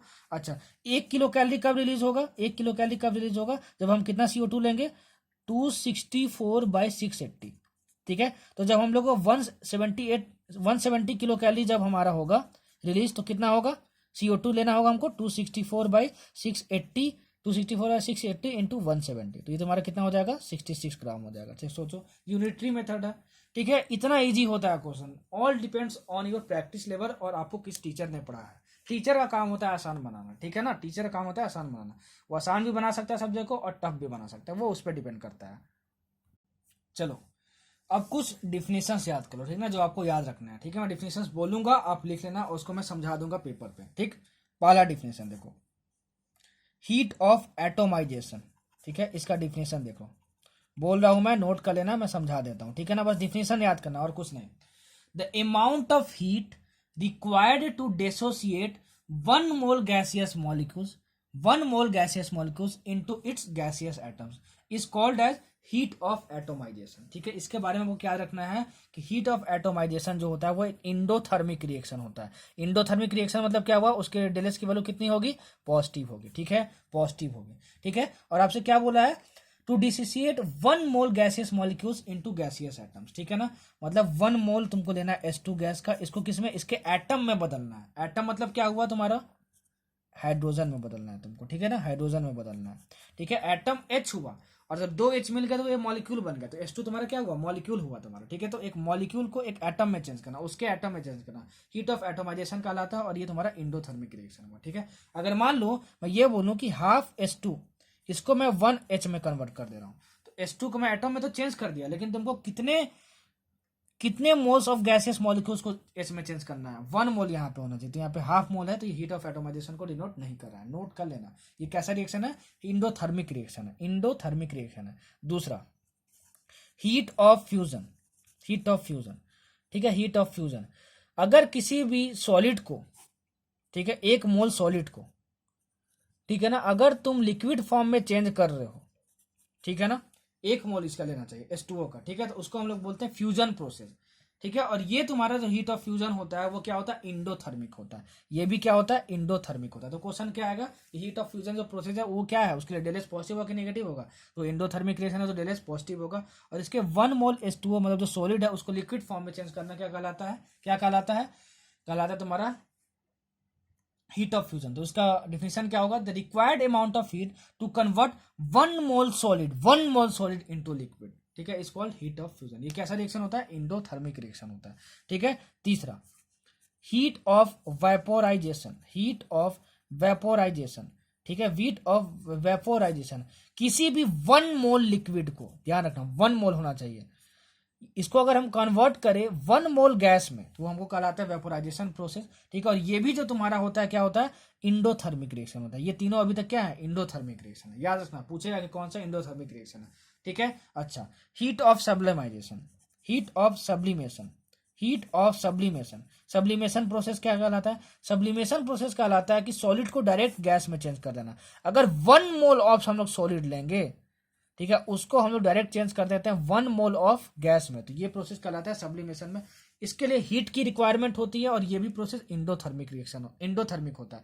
मतलब ये चारों प्रोसेस है वो इंडोथर्मिक होते हैं। इंडोथर्मिक मतलब कि हीट एब्जॉर्ब होता है, हीट की जरूरत होती है इस प्रोसेस को करने में, और इस चारों के लिए डेलेज क्या होगा, पॉजिटिव होगा, डेलेज क्या होगा, पॉजिटिव होगा। ठीक है, क्वेश्चन क्या आता है, सुनो, the enthalpy change for the process carbon solid to carbon gas corresponds to the enthalpy of. तो आप देखो कि बाप रे बाप, यहाँ कार्बन सॉलिड को कार्बन गैस में चेंज करें तो अब क्या होगा, तो कार्बन सॉलिड को कार्बन गैस मतलब सॉलिड को डायरेक्ट गैस में चेंज कर देना, मतलब कि ये किसकी एंथैल्पी डिनोट कर रहा है, अरे एंथैल्पी चेंज बोलो या फिर हीट चेंज बोलो, अभी मैंने बताया था ना शुरू में ही कि सब कुछ सेम होता है। तो ये किसकी एंथैल्पी को डिनोट कर रहा है, एंथैल्पी ऑफ सब्लिमेशन। तो ऑप्शन में क्या दिया हुआ है कि this correspond to the enthalpy of fusion, vaporization, combustion और सब्लिमेशन। तो आप बोलोगे सब्लिमेशन, तो आप उसको क्या कर दोगे, टिक मार दोगे। समझ में आया, समझ में आया। ठीक है, अब देखो इसकी इंथैल्पी चेंज है, इसकी इंथैल्पी चेंज है, उसको मैं क्या बोलूंगा, डेलेज से ही डिनोट करूंगा जो कि पॉजिटिव होगा। लेकिन ये कौन सा प्रोसेस कहला रहा है, सॉलिड से लिक्विड फ्यूजन प्रोसेस, तो बस यहाँ फ्यूजन लिख देता हूँ। ठीक है, तो बच्चे घबरा जाते हैं, बाप रे बाप डेलेज फ्यूजन पता नहीं क्या होता, तो घबरा मत। अब देखो कितने बच्चे तेरे समझा दिया। इसका भी हीट ऑफ वेपोराइजेशन है, इसका भी डेल्टा एच कुछ आएगा, तो ये कौन सा प्रोसेस हो रहा है, लिक्विड से गैस, तो ये तुम्हारा वेपोराइजेशन प्रोसेस बस लिख दिया यहाँ पे। और यहाँ पे क्या लिख दिया, इसका भी डेलेज कुछ आएगा, तो यहाँ पे सब्लिमेशन लिख दिया। समझ में आया। तो प्रोसेस देखो कि प्रोसेस क्या है, सॉलिड से डायरेक्ट गैस, तो सब्लिमेशन कहलाता है, तो यहाँ सब्लिमेशन लिख देते हैं। निकालते सब में सेम चीज है, heat change, energy change, enthalpy change, heat of reaction सब कुछ सेम है, कुछ भी अलग अलग नहीं है। समझ में आया? समझ में आया? ठीक है, ये 4 हो गया प्रोसेस। 5वां प्रोसेस होता है तुम्हारा हीट ऑफ हाइड्रोजिनेशन। क्या होता है? Heat of hydrogenation. ठीक है, देखो हीट ऑफ हाइड्रोजिनेशन, हाइड्रोजिनेशन मतलब होता है कि H2 के साथ क्या करवाना? रिएक्शन करवाना। क्या कराना? रिएक्शन करवाना। ठीक है, किसके साथ? H2 के साथ रिएक्शन करवाना। ठीक है, देखो C2H2 प्लस 2H2 गिव्स कितना? C2H6। तो इसमें कुछ डेलेच होगा, इंथैल्पी चेंज होगा। उसी इंथैल्पी चेंज को क्या बोल रहा है? Heat of hydrogenation. अरे भाई, हाइड्रोजनेशन एक तरह का रिएक्शन होता है। ठीक है, सर ने क्या बताया था? हीट ऑफ रिएक्शन को ही तो बोलते हैं इंथैल्पी चेंज ऑफ रिएक्शन। ठीक है, तो हाइड्रोजनेशन एक प्रोसेस होता है, एक रिएक्शन होता है, तो उस रिएक्शन का नाम लिख दिया हाइड्रोजनेशन। ये हीट ऑफ रिएक्शन ही तो है, तो इसका कुछ डेलेच आएगा, और वो जो डेलेच होगा वो निगेटिव होगा, याद रखना। That is the heat of hydrogenation is always negative, that is it is an exothermic process. It is an exothermic process, याद रखना। Heat of hydrogenation is exothermic process. ठीक है, जैसे जैसे जो जो बोल रहा हूं सब कुछ याद कर लेना। ठीक है, इसका डिफिनेशन क्या होगा? The heat evolved. क्यों बोला इवॉल्व? क्योंकि निकलेगा, क्योंकि तुम्हारा एक्सोथर्मिक रिएक्शन है। During the complete hydrogenation of 1 mole unsaturated organic compound into its saturated compound. बस डिफिनेशन लिख लेना भाई, जो हिंदी में समझाया हूं वो ज्यादा इंपॉर्टेंट है। ठीक है, समझ में आया तुम्हारा? समझ में आया? C2H2 plus 2H2 gives C2H6। ठीक है ना, और डेल्टा H के लिए निगेटिव होता है। इतनी चीजें आप याद रखना। ठीक, अब बढ़ते हैं आगे। देखो 6वां, heat of hydration. Heat of hydration, hydration भी क्या है? एक रिएक्शन है। ठीक है ना, ये क्या है? रिएक्शन। रिएक्शन का नाम लिख दिया तो ये हीट ऑफ रिएक्शन बदल नहीं जाएगा। ठीक है, तो तुम एक तरह से heat of reaction he find कर रहे हो, मतलब क्या हुआ? डायरेक्ट। जैसे तुम हीट ऑफ सब्लिमेशन फाइंड कर देते हो, तो सब्लिमेशन क्या है? एक रिएक्शन ही है, तो हीट ऑफ रिएक्शन लिखो या हीट ऑफ सब्लिमेशन लिखो। ठीक है ना, बात सेम ही होता है, सब कुछ सब अच्छे से समझा रहा हूँ। ठीक है, जैसे मैं बोल लूँ कि तुम्हारा नाम भोलू है और तुमको स्कूल में गोलू बोला जाता है, तो भाई भोलू और गोलू दोनों तो सेम ही है ना। ठीक है, अलग अलग जगह अलग अलग चीज बोली जा रही है। वैसे ही हाइड्रेशन एक तरह का रिएक्शन ही है तुम्हारा।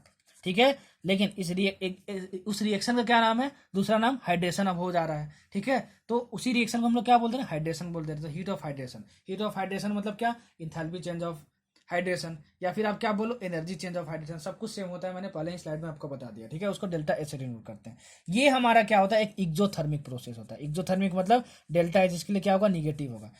हाइड्रेशन का मतलब क्या होता है तुम्हारा? H2O से रिएक्शन करवाना।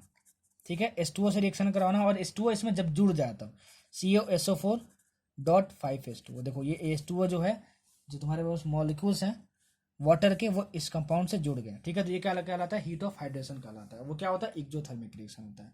क्या होता है? एक्सोथर्मिक रिएक्शन होता है। ठीक है, आगे 7वां, बॉन्ड एनर्जी और bond dissociation energy. Bond dissociation energy, ठीक है, दोनों सेम चीज होती है, और ये बहुत ज्यादा इंपॉर्टेंट है। बहुत बहुत बहुत बहुत क्वेश्चन पूछता है यहाँ से, सुनना। The required amount of energy to dissociate 1 mole gaseous bond into separate gaseous atoms is called bond dissociation energy. ठीक है ना, ये समझ में आया तुमको? मतलब कि क्या 1 मोल गैसियस, 1 मोल लेना है तुमको। देखो हाइड्रोजन 1H2 लेते हैं। ठीक है, तो देखो ये इसका बीच के बीच का बॉन्ड कैसा होता है? H और H होता है, तो इसका हम लोग कितना मोल लिए? 1 मोल लिए। तो 1 मोल H2 के बॉन्ड को, मतलब इस बॉन्ड को अगर आपको तोड़ना है, जितनी आपको एनर्जी रिक्वायरमेंट होगी, ठीक है, उसको हम लोग क्या बोलते हैं? बॉन्ड डिसोसिएशन एनर्जी बोलते हैं। अगर मान लो मैं क्या करूं, अगर मैं मान लो मैं क्या बोलूं, क्या करूं कि देखो ये तुम्हारा ये टूट के किस में बन जाएगा? H और H में बन जाएगा, तो यहाँ पे 2H होगा, बैलेंस होगा तुम्हारा। ठीक है ना, अगर मान लो मैं HCl लूं, इसका मैं 1 मोल लिया, ठीक है, और ये टूट के तुम्हारा बन गया कितना? H plus plus Cl minus में बन गया। ठीक है, तो डिफिनेशन समझो। The required amount of energy to dissociate 1 mole gaseous bond, 1 mole gaseous bond, ये गैस होना चाहिए। ठीक है, into its separate gaseous atoms, into its separate gaseous atoms, ये गैस में है। ठीक है, लेकिन क्या ये गैस है और ये गैस में है? क्या नहीं, ये आयंस में है, तो ये बॉन्ड डिसोसिएशन एनर्जी को डिनोट नहीं करेगा। नहीं करेगा, याद रखना, नहीं करेगा। क्या करेगा? नहीं करेगा। ठीक है, अब जैसे देखो मैं क्या करूं कि 1 मोल ऑफ HCl ले लूं, और इसको ब्रेक करके मैं क्या करूं? हाफ H2 में कन्वर्ट कर दूं। ठीक है, और ये भी गैस फॉर्म में है, और प्लस हाफ Cl2 में कन्वर्ट कर दूं, और तुम्हारा ये भी गैस में है। ठीक है, तो आपसे क्या बोला गया है डिफिनेशन में? Amount of energy required to dissociate 1 mole gaseous bond, ये गैस है, ये भी गैस है, यहां पर है, into its separate gaseous atoms. ठीक है, यहां गैसियस, यहां भी गैस है। ठीक है, इन गैसियस एटम्स, एटम्स में चेंज करना है। तो देखो H2 क्या एटम है क्या? नहीं है। ठीक है, तो हाइड्रोजन और Cl को तुमको H और Cl में बदलना चाहिए था सिर्फ, ठीक है, तब ना ये एटम हुआ। अगर इसमें एक और एटम जोड़ दिए तो 2 एटम मिलकर मॉलिक्यूल बना देता है। तो H2 का तो यहाँ पे मॉलिक्यूल है, ये मॉलिक्यूल है Cl2, तो ये मॉलिक्यूल्स में टूट रहा है, तो ये बॉन्ड डिसोसिएशन एनर्जी नहीं होगा। तो ये क्वेश्चन पूछता है कि बताओ इसमें से कौन सा इक्वेशन जो है वो बॉन्ड डिसोसिएशन एनर्जी को डिनोट करेगा। ठीक है, तो 1 मोल लेना चाहिए, उसको किसमें हम कन्वर्ट करेंगे, उसको हम लोग उसके गैसियस एटम में कन्वर्ट करेंगे। देखो यहाँ पे एक हाइड्रोजन है, मतलब क्या हुआ तुम्हारे पास? एटम है ये, तो वो होता है तुम्हारा बॉन्ड डिसोसिएशन एनर्जी और बॉन्ड एनर्जी। अब इसको हम लोग कैलकुलेट कैसे करते हैं, सुनो। बॉन्ड डिसोसिएशन प्रोसेस जो होता है वो एक इंडोथर्मिक प्रोसेस होता है। इसके लिए डेल्टा एच जो होता है पॉजिटिव होता है, इसके लिए हीट रिक्वायरमेंट की जरूरत होती है बॉन्ड को तोड़ने के लिए। ठीक है, इसको निकालते कैसे हैं, देखो। अगर तुमको क्वेश्चन में, सुनना मेरी बात, अगर तुमको क्वेश्चन में बॉन्ड एनर्जी दिया हो, रिएक्टेंट्स का एंड प्रोडक्ट्स का बॉन्ड एनर्जी तुमको गिवन होगा, और तुमको पूछ दिया कि डेल्टा एच मतलब इंथैल्पी चेंज या फिर हीट चेंज या फिर हीट ऑफ रिएक्शन, सब कुछ एक ही होता है ना, मैंने पहले बताया, वो क्या होगा। तो उसको हम लोग निकालते हैं कैसे?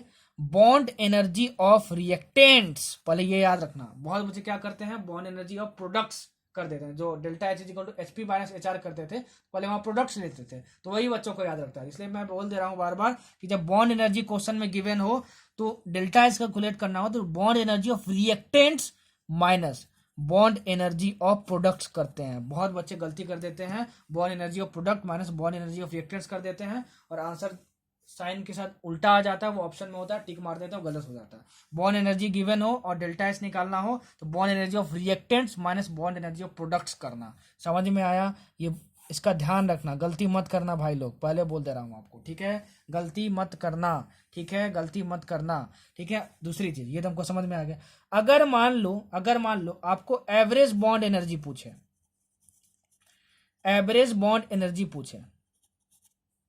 ठीक है, किसी भी क्वेश्चन में, तो इसका फॉर्मूला होता है निकालने का total energy required with all bonds, total energy required with all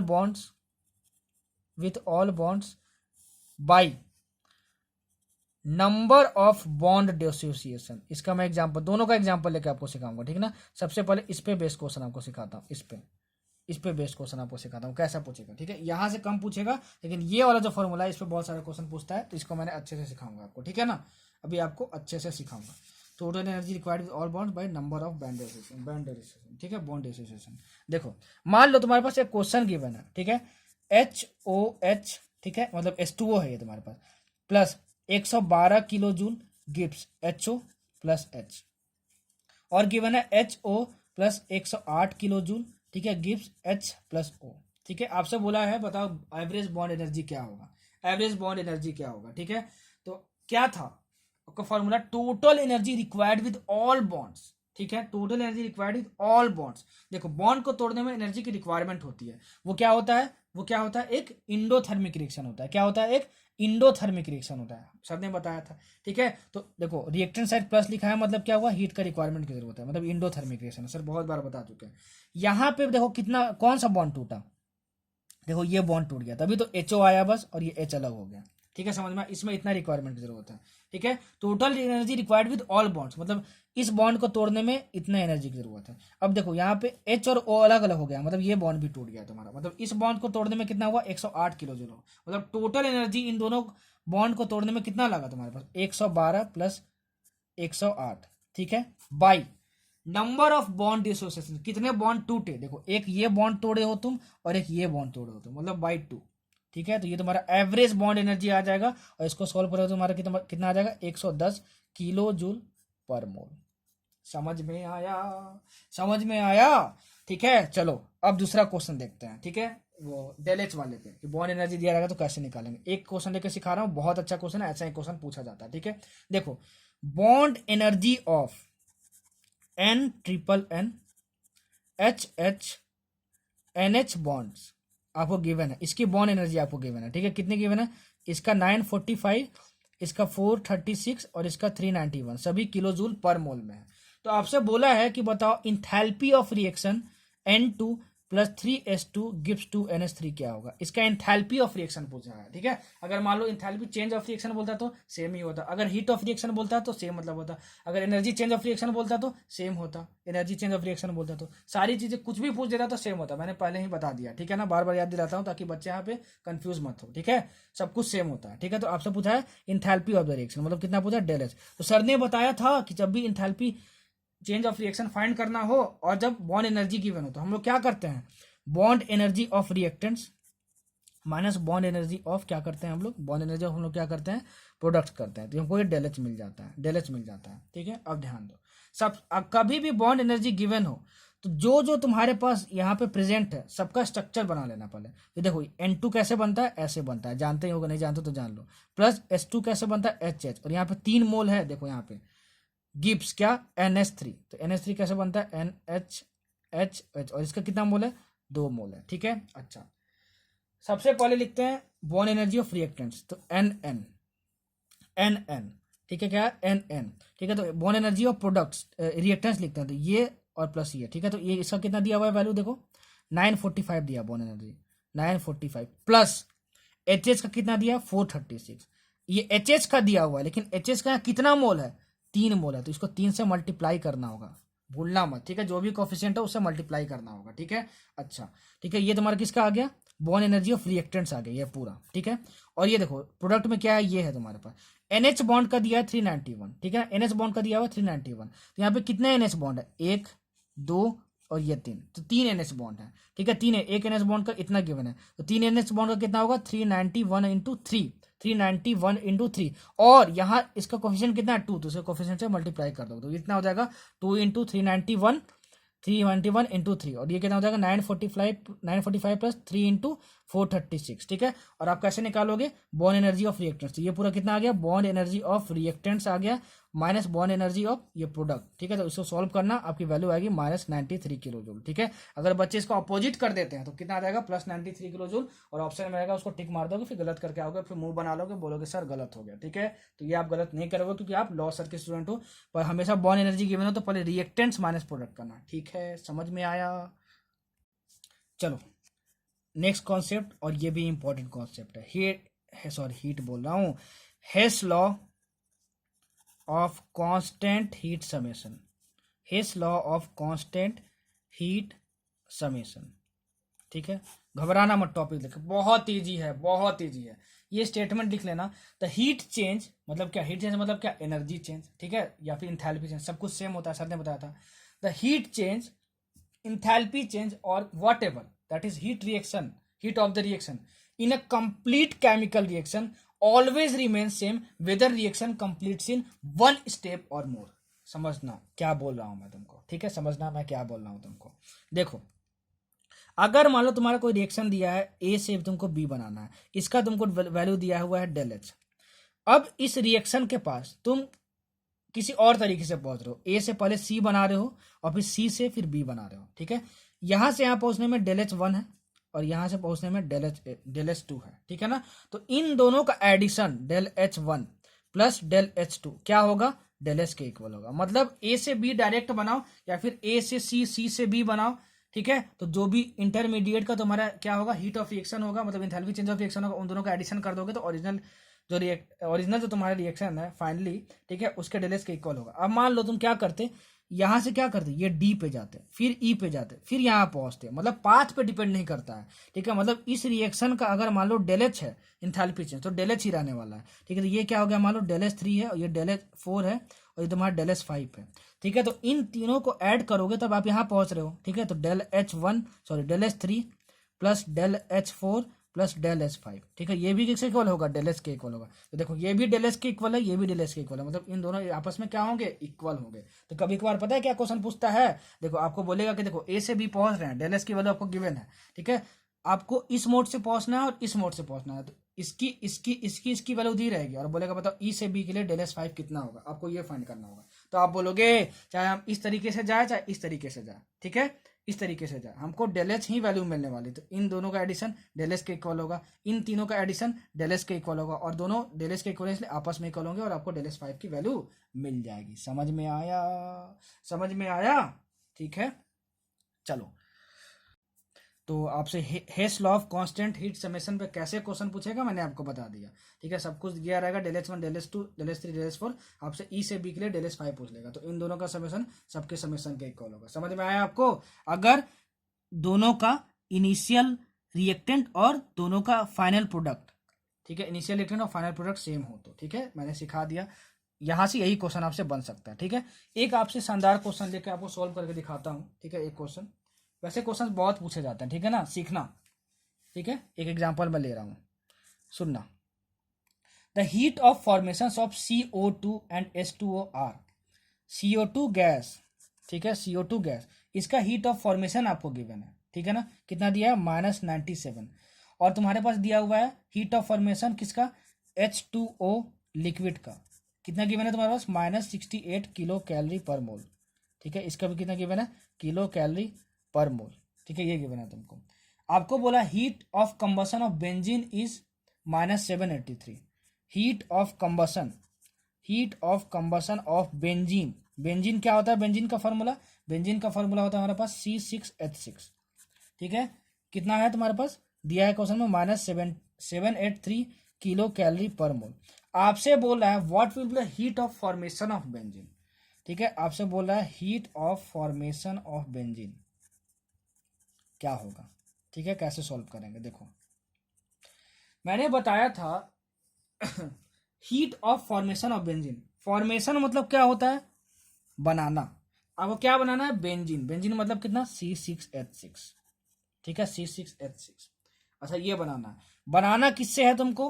constituent element से। क्यों? क्योंकि अगर क्वेश्चन में कभी गिवन ना हो कि ये तुम्हारा स्टैंडर्ड कंडीशन है तो स्टैंडर्ड कंडीशन लेके चलना है। मैंने बताया है, बोल के बताया, लिखा नहीं, तो इसलिए बोलता हूँ जो लिखता हूँ दोनों के बेसिस पे नोट्स बनाना। ठीक है, तो इसमें कार्बन है और तुम्हारा क्या है? हाइड्रोजन है। कार्बन है तुम्हारे पास और हाइड्रोजन है। तो हाइड्रोजन का तुम्हारा कौन सा फॉर्म होता है? H2 गैस होता है, स्टैंडर्ड फॉर्म, प्लस कार्बन। ठीक है, कार्बन तुम्हारा सॉलिड फॉर्म में, मतलब ग्राफाइट फॉर्म में। ठीक है, तो ग्राफाइट फॉर्म सॉलिड में होता है, मैंने बस CS लिख दिया यहाँ पे। ठीक, अब उसके बाद इसको क्या करना होगा?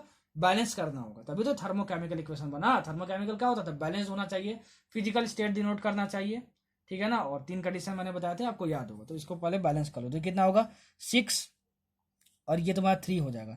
6 कार्बन है और यहाँ पे ये, तो ये तुम्हारा बैलेंस हो गया। मतलब तुमको क्या निकालना है? स्टैंडर्ड हीट ऑफ फॉर्मेशन इसका निकालना है। ठीक है, क्या निकालना है? स्टैंडर्ड हीट ऑफ फॉर्मेशन इस रिएक्शन का निकालना है। आपको क्या क्या दिया हुआ है? आपको दिया हुआ है हीट ऑफ फॉर्मेशन इसका। हीट ऑफ फॉर्मेशन इसका हम कैसे लिखेंगे जरा बताना। तो हीट ऑफ फॉर्मेशन मतलब क्या? डेल एच दिया हुआ है ना। अरे भाई कितने बार बताऊं? हीट ऑफ फॉर्मेशन, ठीक है, हीट ऑफ द रिएक्शन, ठीक है, enthalpy of the reaction, enthalpy change of the reaction, सबका मतलब सेम होता है। ठीक है ना, सेम होता है। चलो, फॉर्मेशन मतलब क्या? इसको बनाना है। ठीक है, तो इसको बनाना है किससे? अपने कॉन्स्टिट्यूएंट एलिमेंट से। मतलब कैसे बनाएंगे हम लोग? देखो, हम लोग बनाएंगे C+O2, मतलब ये तुम्हारा C सॉलिड होगा, मतलब ग्राफाइट फॉर्म में, ग्राफाइट सॉलिड होता है। O2 तुम्हारा किस फॉर्म में होता है? स्टैंडर्ड गैस, और दिस गिव्स CO2, और ये तुम्हारे पास गैस होगा। ठीक है, इसके डेल्टा एस की वैल्यू गिवन है। स्टैंडर्ड फॉर्म में लिख रहे हैं इसलिए इसका एक एक मोल ले रहे हैं यहाँ पे। क्या ले रहे हैं? एक मोल ले रहे हैं यहाँ पे। समझ में आया? अगर कुछ ना दिया हो तो स्टैंडर्ड हीट ऑफ फॉर्मेशन मान के चलना है, तो कुछ भी नहीं दिया तो स्टैंडर्ड हीट ऑफ फॉर्मेशन मान के चलना है। तो इसका स्टैंडर्ड हीट ऑफ फॉर्मेशन कितना दिया हुआ है? स्टैंडर्ड हीट ऑफ फॉर्मेशन मतलब कितना? डेल्टा एस की वैल्यू। डेल्टा एस की वैल्यू तुम्हारे पास कितना दी हुई है? -97 किलो कैलोरी। ठीक है, अच्छा, और तुम्हारे पास किसका दिया हुआ है? H2O का तुम्हारे पास दिया हुआ है। H2O का दिया हुआ है तुम्हारा, मतलब H2 गैस फॉर्म में होता है, स्टैंडर्ड फॉर्म में, प्लस हाफ O2, ये भी गैस फॉर्म में, और गिब्स यहाँ पे कितना मोल बनना चाहिए? 1 मोल ना बनना चाहिए H2O लिक्विड, क्योंकि स्टैंडर्ड ले रहे हैं। ठीक है, स्टैंडर्ड हीट ऑफ फॉर्मेशन ले रहे हैं। इसका डेल्टा एस की वैल्यू कितनी दी मैंने? -68 यूनिट लिखते रहना आप। ठीक है, और भी दिया है फॉर्मेशन ऑफ बेंजीन, मतलब C6H6। क्या दिया हुआ है? C6H6 दिया हुआ तुम्हारे पास। ठीक है ना, पूछा हुआ है ना। Heat of combustion of benzene दिया हुआ है, heat of combustion of benzene. Combustion मतलब क्या हुआ? C6H6, और इसको किससे रिएक्शन करवाना है? O2 से रिएक्शन करवाना है। तो ये तुम्हारा कितना हुआ? 6CO2 + 3H2O, और ये तुम्हारा कितना हुआ? ये तुम्हारा लिक्विड फॉर्म में हुआ और ये तुम्हारा गैस फॉर्म में हुआ।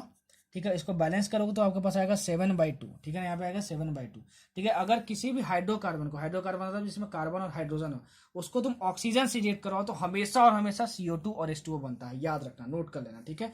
उसका वैसे बैलेंस करना आपका काम है, ठीक है ना, वो रिडॉक्स रिएक्शन में आप पढ़े होंगे। ये क्या बन गया, C6H6 plus 7/2 O2 gives 6 CO2 plus 3 H2O। इसको मैं कॉन्स्टिट्यूएंट एलिमेंट्स में क्यों तोड़ कर नहीं दिखाऊं, क्योंकि इसका heat of combustion of benzene दिया हुआ, ठीक है, मतलब O2 से रिएक्शन करवाना है। तुमको समझ में आया, ठीक है। अब तुम्हारे दिमाग का खेल है, इसकी डेल एस की वैल्यू तुम्हारे कितने की बना है यहाँ पे, इसके लिए -793 की बना है। इन तीनों इक्वेशन को यूज करके आपको ये लाना है, क्या लाना है, आपको ये लाना है, ठीक है, ये लाना है। तो वो आपके दिमाग से यूज होगा, ठीक है। कैसे दिमाग से यूज होगा, कैसे करेंगे इसको, देखो आपको यहाँ पे 6 कार्बन लाना है। तो देखो कार्बन पहले C फॉर्म में कहाँ पे है, कहाँ पे है, कहाँ पे, यहाँ पे, वाह यहाँ पे, ऐसे पहचानोगे। तो मतलब हमको 6 कार्बन लाना है, तो इसको 6 से मल्टीप्लाई कर दो, ठीक है, पूरे इक्वेशन को। अगर इसको पूरे 6 से मल्टीप्लाई कर दिए तो इसका डेल एच भी 6 से मल्टीप्लाई हो जाएगा, ठीक है, 6 से मल्टीप्लाई हो जाएगा, ठीक है ना। उसके बाद तुमको क्या करना है, तुम्हारे पास लाना है H2 लाना, H2 के साथ 3 लाना है। देखो H2 कहाँ पर है, H2 बस देखो इस इक्वेशन में यहाँ पर, ठीक है। आपको 3 लाना है टारगेट इक्वेशन में, तो इसको 3 से मल्टीप्लाई कर दोगे पूरे इक्वेशन में, तो 3H2 आ जाएगा, और ये भी 3 से मल्टीप्लाई हो जाएगा, तो ये भी 3 से मल्टीप्लाई हो जाएगा, ठीक है ना। ये समझ में आया हमको, ठीक है। तो हमारे पास क्या मिलेगा, देखो 6C plus 6O2 give 6 CO2, ठीक है। तो हमको कार्बन और हाइड्रोजन तो मिल गया, ठीक है ना, 6 कार्बन 3H2। हमको क्या करना है कि इस इक्वेशन में ऑक्सीजन नहीं चाहिए, देखो ऑक्सीजन नहीं चाहिए, और 6 CO2 भी नहीं चाहिए, और H2O भी नहीं चाहिए। तो देखो इस इक्वेशन में 6 CO2 बन जाएगा, और इसमें क्या बन जाएगा, 3H2O बन जाएगा। अगर इस इक्वेशन को, इन दोनों को ऐड करके, क्या करें, इन दोनों को ऐड करके आप इससे माइनस कर दो, क्या कर दो, इससे माइनस कर दो, ठीक है। तो आपकी बात बन जाएगी, क्यों, क्योंकि आपके पास 6 CO2 प्लस 6 H2O हो जाएगा, दोनों को ऐड कर दोगे और माइनस करो तो ये तुम्हारा कट जाएगा, ठीक है, ये तुम्हारा कट जाएगा, ठीक है, ये तुम्हारा कट जाएगा। और उसके बाद तुम्हारा O2 भी गायब हो जाएगा। उसके बाद तुम्हारा फाइनली क्या बचेगा, बस ये इक्वेशन बनेगा, ठीक है ना। मैं समझा दिया हूँ क्या बोल रहा हूँ मैं, ठीक है। तो आप इसको मल्टीप्लाई करना 6 से, इसको और इससे घटा देना, तो तुमको ये टारगेट इक्वेशन मिल जाएगा, ठीक है। और फर्क क्या क्या होगा, इसका डेलेज क्या तो तुम्हारा आएगा, इसका डेलेज आएगा तुम्हारा क्या क्या करके आएगा, इससे मल्टीप्लाई किए, मतलब 6 इंटू -97, ठीक है, फिर प्लस, ठीक है, इसको क्या किए 3 इंटू -68 किए, ठीक है ना, इन दोनों को ऐड किए, ठीक है, इसलिए मैं यहाँ प्लस लिखा हूँ, ठीक है, इसलिए प्लस लिखा हूँ, माइनस, ठीक है, इस इक्वेशन से हम माइनस किए, तो माइनस किए हैं तो डेल एच माइनस हो जाता है, मैंने पहले ही बताया आपको। तो इसका कितना दिया हुआ, -783, मतलब ये कितना हुआ, -783। तो ये तुम्हारे पास सॉल्व करोगे तो -3 किलो कैलोरी पर मोल आएगा, ठीक है। कितना हुआ, 6 into -97 plus 3 into -68 minus of -783। समझ में आया, तो आपको ये आंसर आ जाएगा। तो ऐसे टारगेट इक्वेशन पे पहुंचा जाता है। एक मैंने सॉल्व करके बताया, बहुत सारे ऐसे क्वेश्चन आते हैं, आप प्रीवियस ईयर से देख सकते हो, ठीक है। अब चलो हम लोग देखते हैं लास्ट टॉपिक, ठीक है। और यहाँ से बहुत क्वेश्चन पूछे जाते हैं, मैं फिर से आपको बता दे रहा हूँ, ठीक है, बहुत क्वेश्चन पूछे जाते हैं, अच्छे से पढ़ लेना, ठीक। चलो अब एक लास्ट टॉपिक आपका बच गया है, क्लॉसियस क्लेप्रॉन इक्वेशन। बेसिकली अभी तक एक बार नेट में यहाँ से क्वेश्चन आया हुआ है, इसलिए मैं आपको बता रहा हूँ, नहीं तो मैं आपको नहीं बताता, क्योंकि ये टॉपिक जो है वो इंजीनियरिंग में पढ़ाया जाता है आपको, ठीक है। देखो क्लॉसियस क्लैपेरॉन इक्वेशन जो है वो यूज किया जाता है enthalpy of vaporisation of a liquid find करने के लिए, मतलब इंथैल्पी ऑफ वेपोराइजेशन, ठीक है, of a liquid can be determined by Clausius Clapeyron equation, ठीक है ना। और वो इक्वेशन जो होता है वो होता है तुम्हारे पास LNP is equal to minus enthalpy, मतलब फाइंड करना है, मतलब क्या, इंथैल्पी ऑफ वेपोराइजेशन मतलब क्या हुआ बताओ, इंथैल्पी को बोलो या फिर इंथैल्पी चेंज बोलो, सेम ही होता है, सर ने बताया था। तो डेल एच, और enthalpy of which reaction, vaporisation, enthalpy of vaporisation, तो यहाँ पे वेपोराइजेशन लिख दिया, ठीक है, बाई RT प्लस कांस्टेंट, ये होता है क्लॉसियस क्लैपेरॉन इक्वेशन। अगर तुमको इसको लॉग के फॉर्म में लिखना है तो तुम्हारा हो जाता है ये log P is equal to minus del H vaporization by 2.303 RT plus constant. तो आएगा सर कैसे, यहाँ पे क्वेश्चन आएगा, आपको बताओ कि enthalpy of vaporisation of liquid find करने के लिए कौन सा इक्वेशन सही है। तो ये कोई ऐसा कुछ इन दोनों में से कोई भी फॉर्म दिया रहेगा आपको, अब वो क्या करना होगा, टिक मारना होगा। LNP is equal to minus del H by RT plus constant, log P is equal to minus del H vaporization by 2.303 RT plus constant. आपको बस टिक मारना होगा, क्या करना होगा, टिक मारना होगा। समझ में आया आपको? ठीक है, टी यहाँ पे किस में रखना है, केल्विन में रखना है। तो ये आपका पूरा थर्मोकेमिस्ट्री कंप्लीट हुआ। थर्मोकेमिस्ट्री को मैंने बहुत इजी तरीके में आपको समझाया है। रिवीजन लेक्चर था, फिर भी मैंने यहाँ पे बकैती नहीं मारी है। कैसे क्या सॉल्व करते हैं, कैसे क्या क्वेश्चन आता है, कहाँ से क्वेश्चन पूछता है, कहाँ से क्वेश्चन आ चुका है, सब कुछ मैंने बताया। अब आपका काम क्या है, प्रीवियस ईयर क्वेश्चन बैंक बना लेना। और प्लीज़ यार, अगर बीच में अगर नहीं आता है एक दिन लेक्चर तो समझा करो, मेरी तबीयत भी थोड़ी ठीक नहीं चल रही है और कभी कभार इंटरनेट इश्यूज आ जाते हैं। मेरे इलाके में आजकल बारिश बहुत हो रही है, तो अपलोड करने में वीडियो थोड़ी मुझे दिक्कत आती है, तो थोड़ा सा कॉपरेट करो। मैं सिलेबस कंप्लीट करवा दूंगा, फिजिकल केमिस्ट्री और ऑर्गेनिक केमिस्ट्री। ठीक है, आप लोग खूब मेहनत करो, प्रीवियस ईयर क्वेश्चन हमको बना लेना। अगला लेक्चर हमारा आयनिक इक्विलिब्रियम पे होगा और वो भी मैं बहुत अच्छे से एक्सप्लेन करने वाला हूँ। ठीक है, तो प्लीज़ आप उसको देखना। ठीक है, इस वीडियो के लिए मैं टारगेट देता हूँ एक दिन में 5,000 व्यूज़। ठीक है, 200 कमेंट। ठीक है, और 1,000 लाइक्स। पसंद आएगा तभी लाइक करना, नहीं पसंद आएगा मत लाइक करना, कोई बात नहीं, डिसलाइक ही मार देना ना पसंद आया तो। लेकिन यार अपने आप पे भरोसा रखो, 15 से 20 दिन बचे हैं, उसको अच्छे से यूटिलाइज करो, खूब मेहनत करो, खूब तरक्की करो। All the best. ठीक है, मचाते हैं, फिर मिलते हैं अगले लेक्चर में। Thank you so much, bye bye.